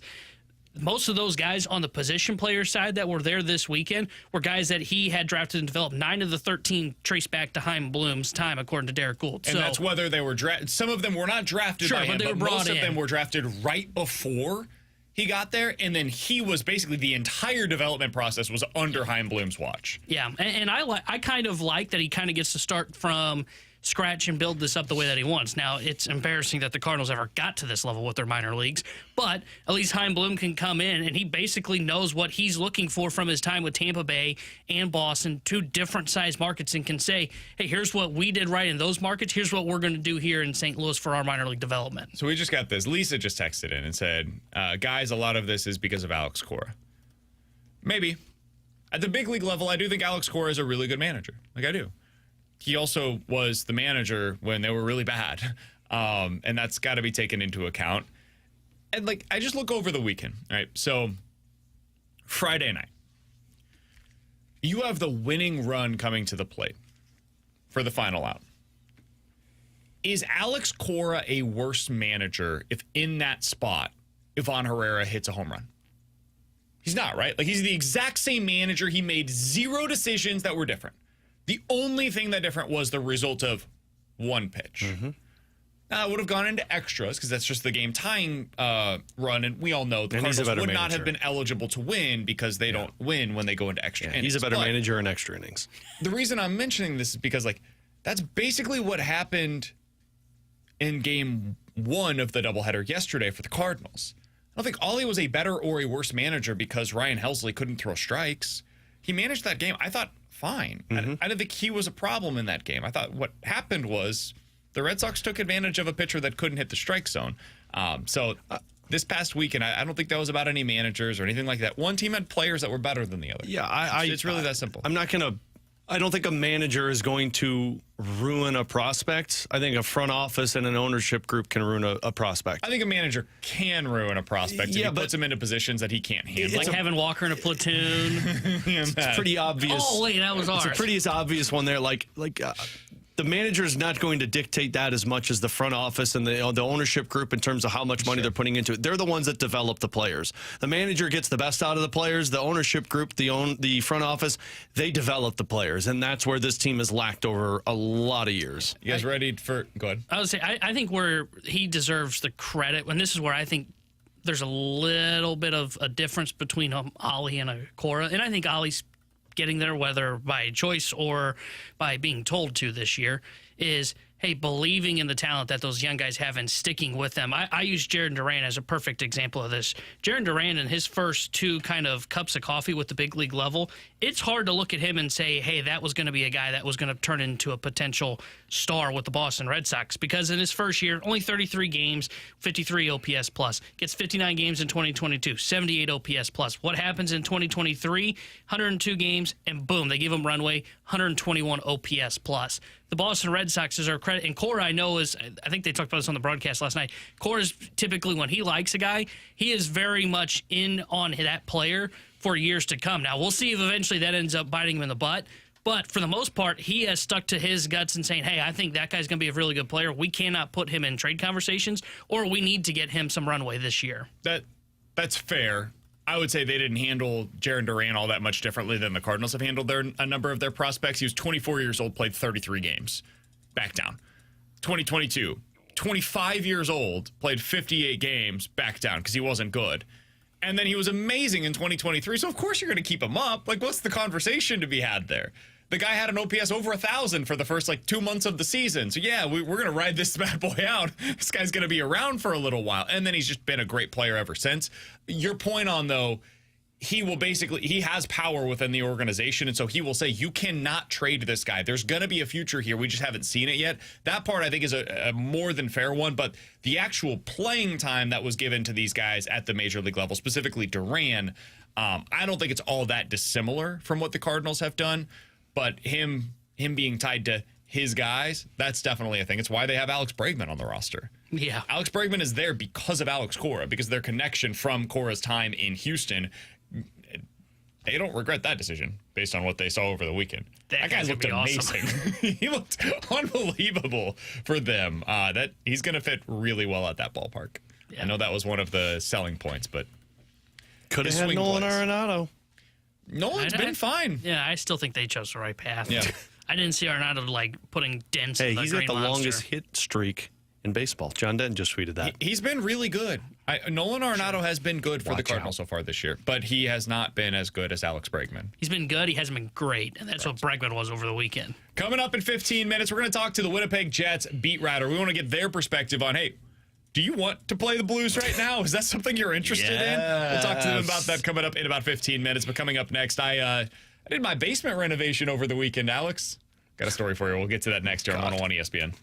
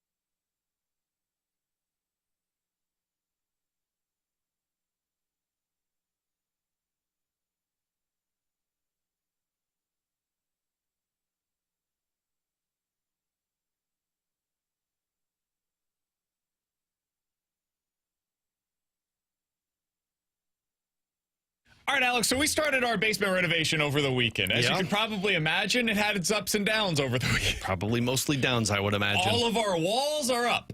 We built the framing. Oh, so that was the We ups. put up the drywall. We're good in that regard. Right, Now let's get to the downs. It did not come without some hurdles to overcome, to put it mildly. So, in our basement, it was partially finished already, right? So they've got on one side of the basement, if you can try to visualize this in your head, on one side of the basement, it is the storage area. On the other side of the basement, that's like the living area. And the previous owners, they still had the concrete walls. You see the foundation and everything, and there's been some repairs, so it just doesn't look good aesthetically. So we wanted to fix that. That's what the drywall was for. It has this like probably 50-year-old carpet that's been down forever. It's got the one that looks like somebody died on it. It's blue. It's just not. Yeah. How is it blue? It's not. What the hell happened? Have you checked your basement for a crime scene? There are certain areas where the ceiling, they had like drywall installed. It's just kind of like sinking a little. It's just gloomy, and my wife hates going down there, so it was time for us to do something about it. So my dad came in town, and of course, he's helping us out with it. So anyways, that is the backdrop to what went wrong over the weekend. So we have, at this point, almost all of the framing up. And we got this one area that's left, and we're going up, and again, we've put all of the framing in on the same wall, the same back wall for us. You just drill it straight up into the studs that are already there above. So that's what I'm getting ready to do. Vroom, vroom, vroom. Oh, It sounded like he was like driving a race car. It sounded like he was a pick through there. Just that sound effect made it sound like, this guy should not be messing with a nail. Yeah, now I know what the bad's about to happen. Well, we had no issues. I so badly wish there was a camera on the other side of me drilling. Because on this wall, what I did not know, because it was concealed behind the drywall, is that, on the other side of this wall is a water pipe. Oh. So, for this framing, Alex, I'm doing the vroom, vroom, vroom, vroom, all the way down. Yeah. Maybe take your time a little bit. I thank God, I don't know how. I could have hit it like 6 different times across the top of this thing. I missed it on the first 5. On that 6th one, though, on that 6th one, straight up into it. I keep going because you feel like you're hitting the 2x4, right? Oh, You're going into the stud. See, so he pushes harder. Yeah. That was not a stud. And all of a sudden you hear... Yes. And so because Caro's upstairs, she was making dinner for us. She's getting the dinner. So I thought I heard like a rush of water from her washing her hands or something. My dad said, "What is that?" Oh, God. So I think Caro's washing her hands upstairs. He said he does this for a living. He's like, "No, that's not what that is, brother." Oh, hell yeah, brother. He immediately starts cutting up in the wall. He's like, "You got yourself a leak." He's like, "We got to turn the water off." So we immediately turned off the water main. We got it handled. It did not... It was not nearly as bad as it could have been. He got it fixed almost immediately. We go over to Lowe's, got everything in. Whoo, boy. Dude, you mess with a water pipe, There was about a bleeped. 30-minute stretch, Alex, where I thought I was about to completely ruin all of the progress that we had made. All of it. Not even ruin the progress. Screw your water pipe up and have to get a new pipe. Just like 75 grand. Somebody on the text line said, and that is how you BKO your basement remodel. Yep. Here, the worst feeling in the world is that moment of realization of, oh my God, something with electrical, something with water. Like there are a few things that I personally do not mess with ever. Electrical's one, water is another. Plumbing, no sir. I will call somebody. I will get a professional to help me out. Brutal. So you painted the picture that way. Here's what I envisioned when we you were at the told us Blues this. game. Yeah, because you texted us this at the Blues game, and this is what I envisioned. Your dad was doing everything, and you were just the pack mule that was bringing it over, and your dad was like, okay, it's like, I don't want to do the basement myself. Let's let Brandon say he had a piece in this. Brandon, take this nail, put it right in, he drew a little X on it, put it right in that hole. I'm going to run to the bathroom while you do that. What the bleep? Give me that screwdriver. I pictured it like it was the one opportunity opportunity he gave you, and he's like, okay, you do, I'm going to run to the bathroom. He came downstairs and like you were just drenched in water. Dad, I did it wrong. Something happened. Did I do that? Somebody on the text line said, guys, I've done this to a customer's house, but instead of the water line, it was the gas line. Oh. That, dude, the first thing that I thought whenever I hit it, and you could hear the, because you're right, Alex, it's like a kind of a thing. Mm-hmm. The first thing that I thought was, oh my God, please tell me that was not gas. Please tell me that was not gas. I don't know what would have been worse in our house. Oh, the gas would have been way worse. I agree. Yeah, it would the have water the we scenario. can get fixed, repaired, whatever. The gas releases into the house, and then you're No, yeah, you're but clean. I'm meaning like the repair wise, because those water pipes, like when you do something to one, like you're messing the entire piping system up, which I would assume the gas is the same way. But so did you learn your lesson and no more home renovations? Well, or at least no more screws. So what we learned is we are opening up this this drywall on the ceiling, and we're going to make sure we know exactly what is along the line every time that we make any kind of a cut. I never in a million years would have expected that line to be right there. I bet your dad was like, you're going to be from now on the level guy. Just hold the level and make sure we're level. We're good. It ended up being fine. We figured it out, but boy, was there about a 30-minute stretch where I was in full-blown panic. Your dad's going to put all of the screws in now, and he'll just have you tighten them. he'll put it in, and they'll be like, Brandon, just go around and tighten those screws. Can you imagine being a camera on the other side? As I'm God, it would have been great. Like you're watching a TV show where you, as an audience member, know what the result of this is. For but now on, nobody when on you the do other something side like that, does. you should I just put a know. camera on because you know something's That going needs to go to be wrong. a TV show, like the inexperienced home renovations. And you're looking What's down up, and you're YouTube? like, oh no.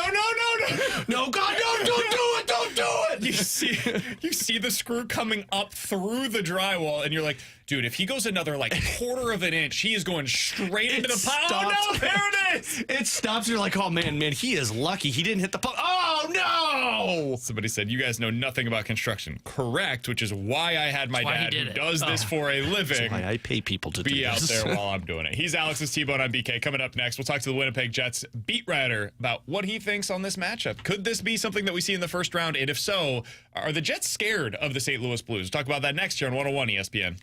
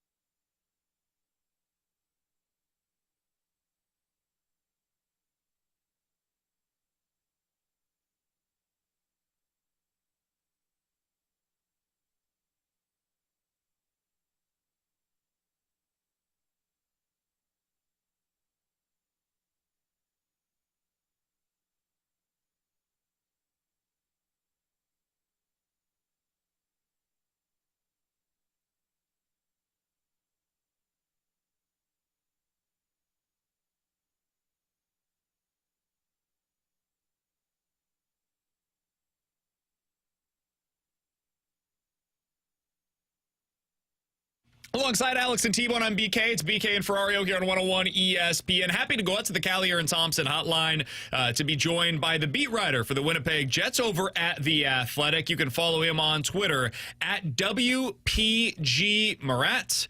It is, and I apologize if I'm mispronouncing this, Murat Ates. Murat Ates joining us here on BK and Ferrario. Murat, we appreciate the time as always, man. How you doing today? I'm doing well. You're crushing it, guys. It's Murat, and I love it. Thanks for having me. Absolutely. Thank you so much for hopping on with us today. So, Murat, the St. Louis Blues are playing some inspired hockey. You might have seen somewhere they're basically doing their best 2019 impression. The Winnipeg Jets might be their first-round opponent. How are people in Winnipeg taking this in? Do they want to see the St. Louis Blues in the first round of the playoffs this year? I think, like every sensible person, Jets fans are hoping to avoid the St. Louis Blues based on how they're playing right now. When I talk to fans or in the comments at The Athletic, there is a real sense of 2019 deja vu. The one thing missing, though, is the Jets sort of collapsed down the second half of that particular season, and there were reasons to sort of poke holes in the Jets heading into that round two. I think this is a much better version of Winnipeg. At the same time, I think St. Louis is a scary team, and a lot of Jets fans are hoping it ends up being the Wild or somebody else. Murat, what were some of those holes that you were able to poke in that 2019 team compared to this year's Jets team? Yeah, in the second half of that season, the Jets were struck by a whole bunch of injuries. Dustin Byfuglien missed time. Nikolai Ehlers missed time. There was a moment when Nathan Beaulieu, who they picked up to be a depth defenseman, was playing on their top pair. Whether it was that or otherwise, the Jets had gone from being a first-half team that was really genuinely amongst the tops in the NHL in terms of all the underlying net metrics, shot attempts, their flow of play numbers, all of that. And in the second half, they really did struggle with that. And I remember in St. Louis, I was there after Game 6 when the Blues eliminated Winnipeg, and I was talking to Brian Little, a Jets veteran, about the sense in the room that I had where it almost wasn't a surprise. And he confessed that, yeah, they spent a lot of time towards the end of the season trying to find their game, and they thought that they played a good playoff series, but never found it all of the way. And I contrasted that with the shock from the previous year when they lost to Vegas in the Western Conference Final. It almost seemed like it wasn't a shock to them that St. Louis had found a way against them, and that stuck with me all these years later. Winnipeg has built a very well-rounded roster, but they have not made it beyond the second round since that 2019 postseason that we're talking about. How are fans feeling about, like, if this thing were to end second round or earlier this year again, how are fans feeling about the way that they're building this roster with that pack mentality that the sum is greater than the whole of its parts? So how are fans feeling about that building right now? Yeah, the sense I get is that Winnipeg has to win at least one round to avoid catastrophe with the fans, and ideally they would win at least two. The Jets fans are getting sick of being a good regular season team and then going out in the first round like happened last year against Colorado. Great regular season team, got smoked against the Avalanche. The year before, they were a good regular season team, got reverse swept by Vegas in 5 games as well. So there is some angst building, and sometimes even when they've been playing at their absolute best this season, fans have sort of had a sort of, I want to say, wait and see until the games matter vibe about them. And so I think that's a very real thing from a bruised fan base. Beyond that, though, I think there's a lot of reasons to believe in the team's quality. They've really made some smart pickups over the years. Out of curiosity, are there similarities in the way that they have lost in the postseason among the fans? Like, is there a specific player that's become the whipping boy for them? What do you view as what's been the biggest issue for them over the last 6-7 years when it comes to their playoff losses? Yeah, that's a great question. I haven't seen anyone emerge as the sole whipping boy. There have been critiques, sent at various different players. You can go back to 2021 when they had those modified divisions. Winnipeg actually swept Edmonton in the first round, but got swept by Montreal in round 2. That was the Mark Scheifele suspension at the end of game 1, and Winnipeg sort of fell apart without him. They've had injury troubles. They've lost Josh Morrissey. They've had Nikolai Ehlers not play against Vegas for most of that series. Ultimately, though, and last year, actually, I should mention, Connor Hellebuck took a lot of flack because of all the goals they gave up against Colorado. It's been a lot of different players. they really have a sense that their stars need to show up and outplay the opponent's stars. You could start with Hellebuyck out, but he's been good most of the time aside from last year. On the star side of things, Murat, you move over to the Blues and what they've done this stretch, and I think a lot of people are talking about Dylan Holloway, talking about, Philip Broberg, the two offer sheet guys. But I'm curious your perspective on Robert Thomas, because now it's starting to feel like in St. Louis we're seeing a guy emerge as a star in the league, and you've watched one of the best centermen in the league for the last 10-plus years in terms of Mark Scheifele. What stands out to you about Robert Thomas? I think that, for me, Thomas's evolution has been about, at least from afar, a bit of a puck-hounding element to him that comes out at different times. And I know that top line has gotten, various critiques over the years. Obviously, it's on fire right now. For me, that's a line that's given Winnipeg fits.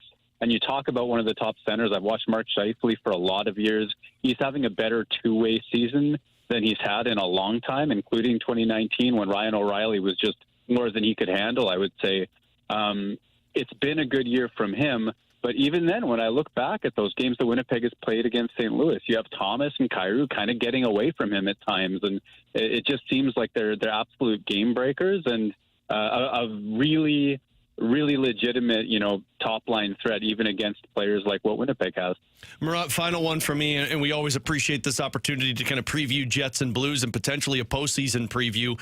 When you said that, fans are probably hoping to avoid the Blues, in your opinion, what do you think people would be most concerned about for the Jets when they face off against the Blues in the playoffs? Well, a lot of it is a bruised fan base, just remembering being beaten by Colorado and Vegas recently and then St. Louis back in 2019. So they're afraid a little bit of teams coming in as hot as St. Louis is. There's also, for those that doubt Connor Hellebuyck, and, those numbers are dwindling. I think people have realized that he wasn't necessarily to blame for all those goals last year. Colorado was all over the Jets.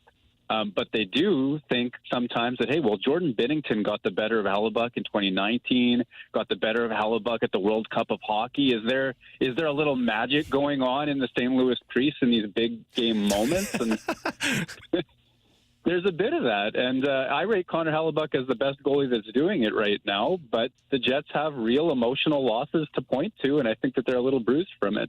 Murat Ates is the beat writer for the Winnipeg Jets, and he joins us here on BK and Ferrario. He'll be covering the game tonight between the Blues and the Jets. That one coming up at 6:30. Pre-game with Alex begins at 5:30. Murat, we appreciate the time, man. Thank you so much for hopping on today. If the Blues do indeed end up playing the Winnipeg Jets, hopefully we'll talk with you again here in the next week or two. Yeah, I'd love it. Thanks for having me, guys. Thanks, Murat. Appreciate that time as always. Murat Ates, again, is the Winnipeg Jets beat writer for The Athletic. You can check out his work over there. I mean, there's your answer. I think the team isn't afraid of anything. And he's right. Like, Winnipeg's not St. Louis. And it's just because of the way. And here's the other thing I didn't get the chance to ask him now that I'm thinking about it. If the one thing that the Blues didn't have when the Blues took on the Jets in 2019 that they have now is two goalies that can put a hurt on them. Like, if one doesn't go well, they have another one. True or false? Bennington will start every game in the postseason for the Blues. Unless he gets hurt or it is a complete blow-up. He will start every game in the postseason. Yeah, but the only reason I'm saying this is because there are times where the goalie gets lit up 3 or 4 times. And Jordan Binnington has fallen victim to Winnipeg a couple of times in the last few years. Joel Hofer's been awesome against Winnipeg. It's just a weapon that I don't expect them to have to use. But as Jim Montgomery has mentioned other things, it's like the ace up the sleeve. You don't have to use it, but if you need to, it's something the Blues didn't have in 2019 that typically teams don't use in the playoffs. I don't think the Blues will go to another goalie. I don't think so either. I think Binnington's going to be fine. It's just an element. I'm saying even if he's not fine, I don't think you can make that move. Bennington's your guy. I think if you're facing elimination, you make a change. They did that in the bubble. I would not do that. They did that in the bubble where Binnington had lost the first. Remember, that was also early a different in the bubble. version of Benner. It was, but because he was terrible in all of those qualifying games, the round robin stuff that they did. He did not look like himself. He was not the same dude. Also, the game environments were not the same. That's not the kind of environment that I would expect Benner to be good in. We're getting ahead of ourselves here. And we're arguing if Binnington's gonna be bad, and none of us believe we're this. never losing a game again. Yeah. I don't get this argument. The way I look, I do look at the fact that they have two goalies. I'm 100% on the same side as you. I'm just comparing it to 2019 to where it's like, Jake Allen was their other goalie, and we all know down the stretch Jake Allen was good, but he wasn't a guy that you'd be like, yeah, he'd be fine. Yeah, I feel pretty similar. I feel that way about I feel Hofer. the exact same about Hofer that I felt about Jake Allen. Because I didn't think Hofer was good in, what was his last start? Pittsburgh. I think he's been fine. Okay. He's been fine. Yeah, I wouldn't start the guy in a playoff game, even if Benner had been terrible for 3 in a row. Can I ask you a follow-up question on the Jets, Alex, real quick, before we get to in or out? 314-399-9646 is the Your Comfort Service text line for in or out on the other side. Is Adam Lowry, and I don't mean this to sound the way that it will, but I don't know how else to ask this. Careful, you're going to sound like a broadcaster who I can't mention. Adam Lowry, I think, is a good player. Is he the worst player that is a captain for a good team? Does that make sense? Like the least star aspect of a team? Yeah, Adam Lowry in his career has never had more than 36 points in an individual season. He is the captain of the Winnipeg Jets. He's a really good... Yeah, Boone Jenner would be the other one that I'd come in. Very good team. Yeah, Boone Jenner would be the other one I'd think of. Who's the Islanders captain? But they're not good. No. I'm talking about like a captain for a contending level team. Oh, I get what you're saying. Yeah, probably. Because Winnipeg's good. Like, they have other excellent players on their team. Yeah, probably. But you know what's... And I'm not taking anything away from Adam Lowry because everything I've heard of... I mean, his dad played for the Blues. Everything I've heard about Adam Lowry is a really good player. Sure. That team is driven by Connor Hellebuck. Sure. Like, yeah. The goalie can't wear the captain. He's the captain of that team. Adam Lowry is just an incredible locker room guy. Connor Hellebuck is like what Roberto Luongo was for the Florida Panthers for the longest time. He's the dude that leads them every single night, and it's why they're always so good. And I knew we got this from Adam over on the YouTube chat. I'm not trying to diminish what Adam Lowry is. He's a good player, but he's like a third line center, a good third line center for them. If you go through and list all of the captains, like a common sports fan could tell you who he is. Like if you say Adam Lowry, I think people would be like, "Wait, who?" So I mean, you're not wrong in that sense. It's just I mostly find it interesting because we had talked so much about the Blues captaincy, like post Braden Shin, who's it going to be? And one of the things that I wondered is like, this was at the time he has emerged as being more than what I thought he might be, but a lot of people had mentioned, hey, Jake Neighbors could be that guy. It's like, is he going to be a good enough player to be in that kind of a role for this team? The answer now appears to be, yeah, probably he could be. But this is a pretty clear example of a guy that is good, a good player, but is a third liner. And typically you don't see those guys as the captains of really, really good teams. I think Jake Neighbors is a really good comp for that, to where it's like he's not like the best player on the team, but he's a guy that everybody seems to listen to. I mean, even Braden Shen's kind of that too. Like, Shen's had some incredible seasons, don't get me wrong. Shen is a consistent like 50 to 60 point producer.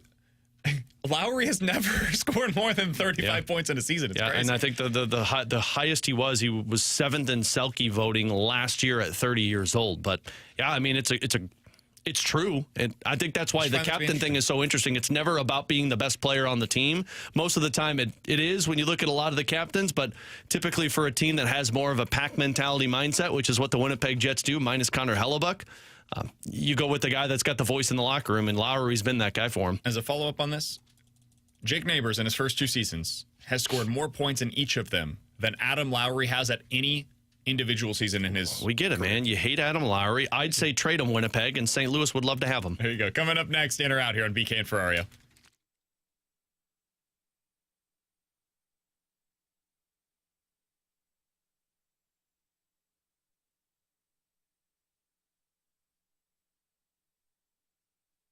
All right, the rain is now officially behind us. The sunshine is coming back. Warm weather is coming back, and that means you need to get back to Ted Drew's famous frozen custard. That famous destination off of Chippewa, 95 years, 4 generations of families have been serving people that St. Louis famous frozen custard and whatever flavors you want. My daughter, she's obsessed with putting Oreos and marshmallows together in that concrete. I can't say no to her when we get to go out there on Fridays. But whatever you're looking for, you want a shake, you want a malt, you want a concrete. You want to buy it in bulk and bring it home with you. All of those options available to you at Ted Drew's that based their business off of family and traditions, and that's what you get when you go out to Ted Drew's. While you're there, walk across the parking lot, check out the gift shop where you can shop for Ted Drew's apparel, souvenir, gift cards, all of them for you at that Ted Drew's gift shop. Off of Chippewa, start those traditions today. Ted Drew's famous frozen custard. It really is good, guys and gals.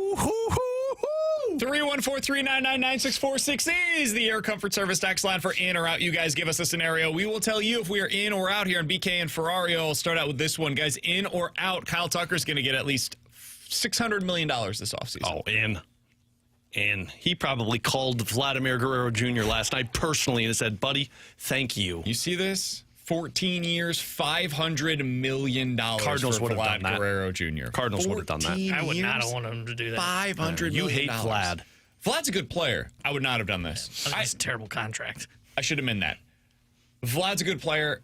I would not have wanted to do this if I was the Blue Jays. I probably would have because I don't know what the alternative was. If I was another team and I was not in the desperate situation and he did hit the market, I absolutely would not have matched this. Yeah.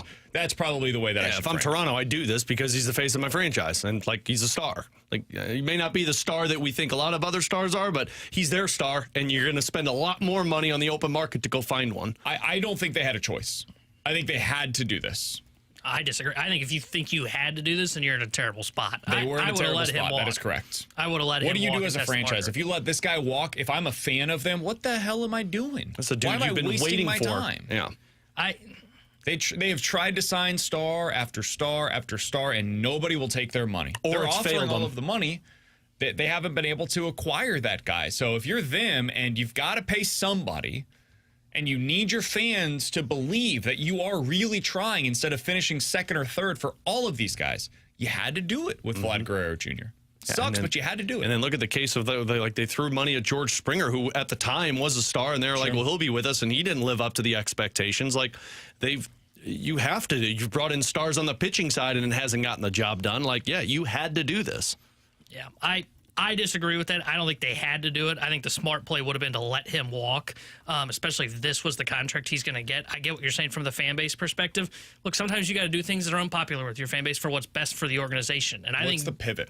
I think you ended up going into a rebuild if you were Toronto. And I think they're in desperate need of that. I think they're stagnant right now. Is that better than just competing for a playoff spot, though? But I don't think they're a playoff team right now. Like I think they are far away from being a playoff team. But you can build a playoff team around Vlad Guerrero Jr. making $36 million a year. Yeah. Now, 10 years from now, this is going to be a bad contract. Like, there's no way around it. It's probably going to be a bad contract in 7 years. But you now know, all right, in the next 7 years, we got to build a contender. See, and this is where I think there's a chance, maybe it's not a bad contract, but I think there's a chance that for most of this contract, he's overpaid. And I think that can start within this year, 2 years. Like, maybe he fluctuates too much for a guy for this money. Bad. $35 million is fine. It's the length of the deal that's really bad. Yeah, and it's first base, too. Yeah. I'm in on this. I think Kyle Tucker is getting $600 million. And the Cardinals obviously will not be a part of that. I'm out on Tucker getting $600 because he's older. I think it's going to be a little bit less term. I think he's going to be right around $500. He might even do a little less, too. He may be like $480. I don't think he's getting $600. Said it different. I should have gone with the AAV. He'll get $40 million a year. Yeah, hometown discount, 35 will come to St. Louis. Either toasted raviolis were great. Free zoo. In or out, Jimmy Snuggerud scores multiple goals before the end of this Blues season. So at least 2 in the next 4 games? Nope, this Blues season. Okay, so including the postseason. I'm in. Sure, in. I think he could score multiple in the regular season. I think he could, too. I really feel like he's heating up with Thomas and Buchnevich, and it's just a matter of time. The one thing Curbs and I were talking about on pregame Saturday was if you think back to when, and we've talked about this before, when Thomas and Buchnevich were at their best, who was on the line with them? Vladimir Tarasenko. And what position did he play? Right wing. Like, I think that combo, elite playmaker, elite two-way forward, elite shooter, it can be very dangerous, and I think it's just a matter of games. Like, it could be tonight, it could be Wednesday. I think he's going to score a goal within the next couple of games, so I'm in. Most of the time when we see, I'm in on this. Most of the time when we see these guys, there's something about their games that surprise us, right? Bolduc, it was the physicality that surprised me. Holloway, it was the all-around nature of his game, like physical, good defensively, hounds pucks. I just didn't know he was that well-rounded. All we had heard about was the speed and the shot, and I was like, oh, okay, typical Edmonton player, cool. That'll be nice to have as a part of your system. The thing that has surprised me a bit with Snuggerud, Alex, is his ability to be a playmaker. I thought he would be more of a pure shooter. Mm-hmm. He has found ways to make some plays to open up opportunities for his teammates. His assist the other night was awesome, impressive. It was a backhanded pass with Devon Taves on his back. No time. It was an immediate play for him. So that's been the thing to me that has stood out. The shot obviously plays, but we knew about the shot. Well, it's been his distributing that surprised me a little bit. And that's why I think he's such a dangerous player. I mean, in college, 2 of the 3 years he was at Minnesota, he had more assists than he had goals. Like, he's very... Like, he is what Tarasenko was in the sense, like Hitch used to say all the time, Vladdy's a better passer than what people give him credit for. And both plays that he got the assist on, the primary assist, was because the goaltender had to respect the shot. And that's where I think he can become very dangerous. T-Bone? Guys, we all agree that Matthew Joseph is kind of the weakest link of the Well, you didn't have to call starting him that. 12 We're not right calling now. names. The know Blues what are doing else that to with say. their actions. You're good. He's going to thank be a you. Stanley Cup champion. In or out, the Blues should put Dalibor Dvorsky on that third line wing and pull Joseph out of the lineup. I'm out on it for tonight. You got to try to clinch that spot first. Once you clinch that spot, I would be in. I'm out on it altogether. He's a centerman. They obviously want him to be a centerman. I don't want him to get the wing mindset in now. Like, I want you to develop as the centerman, and I think what I would do is if I wanted to play him once you clinch, I'd have Sundqvist be his winger. Or his winger. Or just give Sundqvist a night off. Yeah, you could do that as well. But, like, the reason you put Sundqvist in there is because then you don't have to pick and choose where you start him. You start in the defensive zone, Sundqvist takes the face-off. You start in the offensive zone, Dvorsky takes the face-off. But you just don't want to jockey with the mind of being a centerman and then going to wing for a game. We saw that work negatively for a Pavel Buchnevich. So it's early. You could probably get away with it, but I'd rather just keep him focused on being a centerman and take on those roles. See, I'm in. I would do it. I mean, I was up in the press box for that game against Colorado. You didn't really notice Joseph on the third line. Now, to the third line's credit, the third line didn't really lose a lot. Yeah. But I'm okay with doing it. If this was the third line center's the spot you're looking at, and you said that's a very big weak link, and I said, hey, Dvorsky was a winger, let's push him to center, that I would be out on because of what you mentioned with Buchnevich. I don't think it's the worst case in the world to throw him on the third line. He would bring a little bit more of an offensive spark than Joseph does. He'd look comfortable in his 1 or 2 games that he played with the Blues this year. I would make this move. I would put Dvorsky on that third line wing. How about this one? Just came out. Trent Frederick re-aggravated his ankle from the ankle injury in his Oilers debut last night. He's going to miss this game and potentially more. Guys, this is why I want Vegas in the first round, and I know Vegas is going to be a tough matchup, but the Pacific second round is crumbling right now. McDavid and Draisaitl are hurt. Now they got Frederick, who's hurt. The LA Kings have not been playing. Like, they've gone on win streaks, but they've been winning 2-1, 1-0. Oh, give me the Pacific Division. The second round matchup I prefer in the Pacific. The first round matchup I prefer in the. If Winnipeg maintains that spot, I would prefer to play Winnipeg than Vegas. Don't but give I me would rather Dallas. have the second round matchup of LA or Edmonton than I would Dallas or Colorado. Yeah, don't give me Dallas at all. I'll take Colorado in a matchup for a lot of reasons, but don't give me Dallas. All right, let's get to these from the text line. 314-399-9646 is the Your Comfort Service text line for in or out. Guys, in or out. Let's go to this one. In or out. If the Blues played in the East, they'd be predicted to make the conference finals by most of the media. Yeah, probably right now I would say so. Who are the teams in the East that are getting the most love right now? I feel like I've heard Washington, a lot about Tampa as the dark horse. Yeah, Washington and Tampa. Carolina is, again, they made the worst decision possible of trading Natchez for Rantanen, and they've screwed their team up. New Jersey has got, they're ripping at the seams when you lose your top centerman and your defenseman. Right now, the 2 wild card teams might be the 3rd and 4th hottest teams in the Eastern Conference. The 4 favorites in the East, according to Vegas, Florida, Carolina, Tampa, Washington. Tampa, Washington have the same odds over there. Carolina's got better odds than Washington? Yeah, Carolina's That's plus absurd. 360. That's absurd. On the Western Conference side of things, if you want to make yourself some money, you can do so on the Blues, honestly. 23-1 still to win the conference. I am so putting money down. I'm putting a hundo on Dallas that. plus 260, Vegas plus 390, Colorado plus 450, and Edmonton 5-1. Winnipeg plus 550. Yeah, I look at the East, and I think the dangerous teams, in my opinion, Tampa 1, Washington 2. I would have probably Ottawa 3, and then Toronto 4. No Florida? No, not until I know Matthew Tkachuk's healthy. He's playing. Come on, he's playing. That's fine, but He's a wagon. He's been hurt. You got to get back into the lineup, and they've been now. There's a little tinfoil theory in this one. Bissonnette said it last night on TNT that Florida's just losing. They've lost 3 in a row so that they can take on Toronto in the first round. Which, God, I hope that's true. He's Alex. That's T-Bone on BK. The Rewind is coming up in 15 minutes, but next we're about to find some more information on how the Cardinals will react whenever they are backed into a corner. We've seen this in individual games. What about for a season? We'll talk about it next year on 101 ESPN.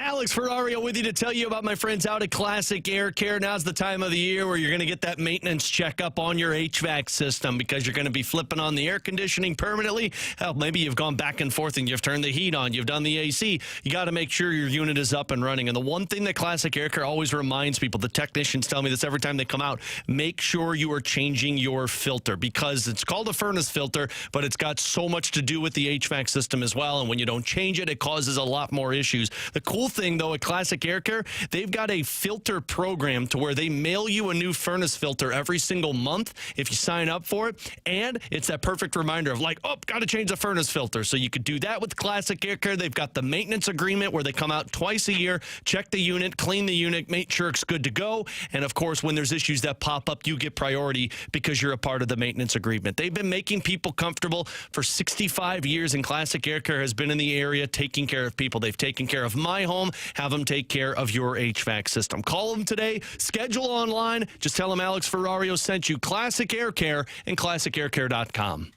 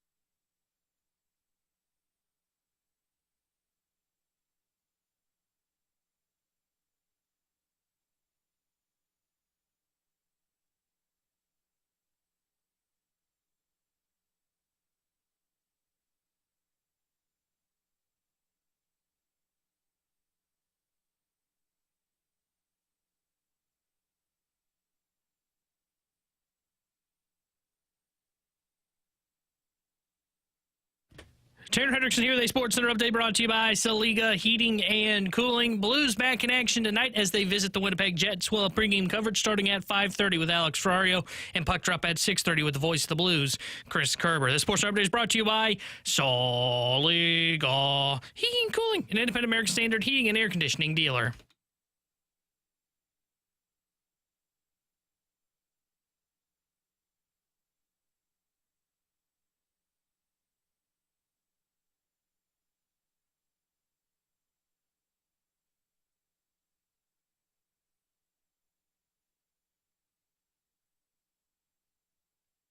With Alex and T-Bone on BK, it's BK and Ferrario here on 101 ESPN. So the Cardinals over the next week or so, we're going to find out a little something about them, Alex. Because they are in the position that they have been over the last few years. It's early in the season. The pitching is fried. The offense looks good. And guess what? We're about to start the most difficult stretch of the year. Look at what you just said. It's the start of the season and our pitching is fried. Yeah. Who else says that? It's been a consistent theme for them, man. Their starting pitching struggles, their bullpen gets overworked, and you get into the second, third, fourth week of the year, and what are the answers that are going to emerge? Are there going to be answers that emerge? In 2023, the answer was no. No answers emerged. It was a disaster. And we're not going to do anything either. And you're going to like it. Last year, they stabilized things, and it ended up being okay, even though it wasn't a great year for them. I want to see what this team has in it, man. Because in individual games, we have seen, all right, Friday night, you're down big. You had a terrible first inning by Eric Fetty. Second inning was really bad. And then they stabilized things a bit. And by the end of the game, they had the game-tying run coming up to the plate with 2 outs. Von Herrera's up. That's the guy you would have wanted in that situation. Didn't come through, but hey, man, you fought back, right? on Sunday. You had a really good first game there until the very final inning of the game, and your guy, struggled. But they have really fought back in a lot of these games. They've found ways individually to be able to battle back. Can they do that within the season? Not just in an individual game, but over the course of the next week when you got Pittsburgh on the road, Philly at home, and you've got Skeens, Keller, Nola, Sanchez, Wheeler. That's, after today, your next 5 pitching matchups for the Cardinals. What is this going to look like, man? Because your offense will not perform as well against those 5 pitchers as it has so far this year. It's just not happening. And I say that as somebody that's really high on this offense. I can't wait to see what this next 6-game stretch looks like for them. Yeah, I mean, it's not going to be the end-all, be-all with this if they struggle in these next 6 games, but it's going to give you a really telling sign. And I'll say this.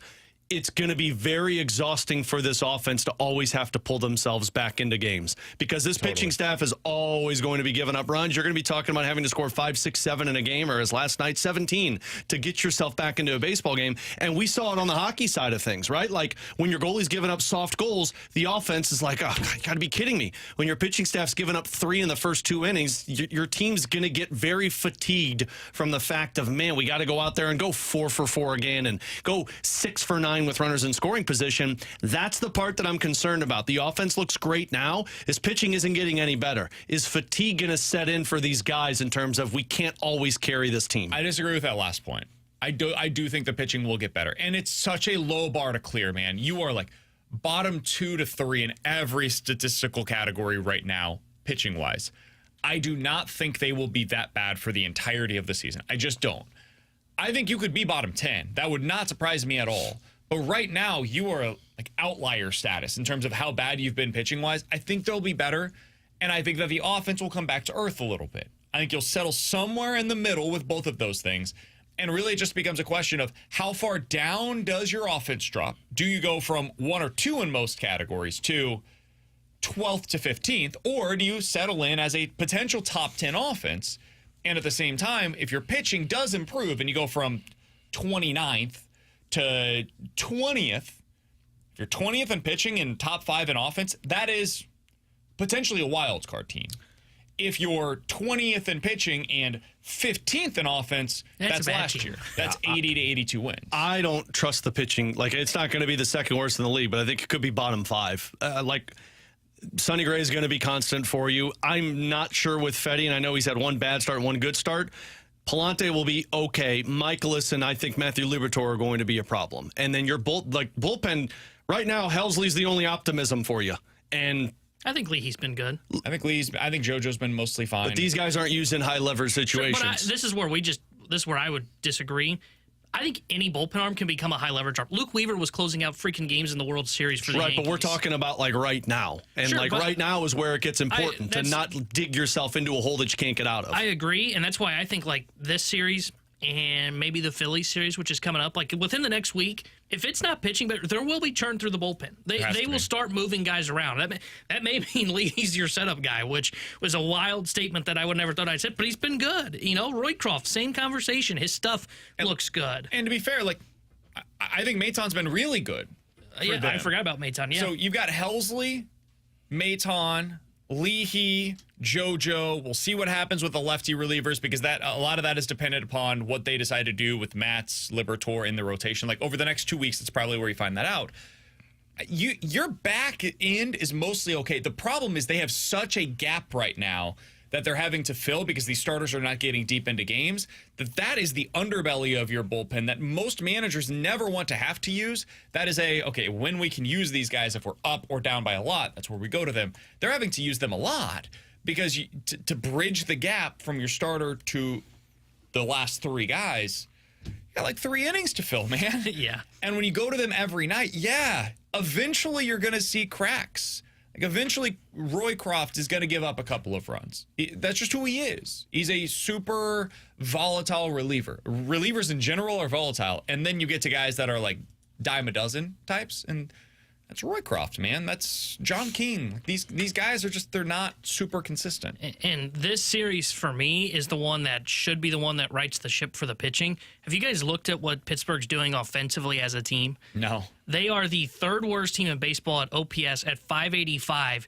their slugging percentage is only 6 points higher than their on base. Wow. Nice. Their slugging is 296. Their on base is 290, and they're hitting below the Mendoza line as a team. So they've been terrible. Like if this pitching staff can't get these guys out, then then there will be serious problems. And I'll be on the side of Alex of saying, this pitching staff is not bouncing back. I think they're going to bounce back in this series. And now, it's not as though they've gone up against the best of the best. They've played Miami, Tampa, and New York. And the Yankees, while really good offensively, they're okay pitching-wise. Most of their best arms are hurt. Garrett Cole's on the IL having surgery. So this should be the series where it kind of rights the ship for the pitching staff. Like Matthew Liberatore, I actually think Libby looked great in his last start. He had one bad inning where the velo dipped, and then he got it back up, and he looked really good. It's he the should opposite pitch of well what today. The weekend was. I thought Exactly. the weekend was a test for the pitching. They failed.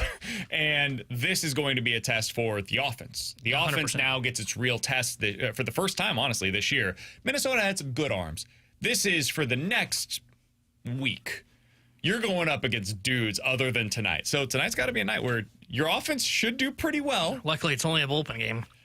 And you need Libby to get it going. You need Libby to give you what he did in that last one. That's the real test here. Alex is Glad super you guys optimistic. are so optimistic. with Coming this up one. next, we'll hit the offense is rewind. We'll fun. give you our thoughts on tonight's Blues game against the Jets, what we want to see there, our prediction for the national championship game, which will be played tonight between Houston and Florida. We'll get to all of that, plus the Cardinals next year on 101 ESPN.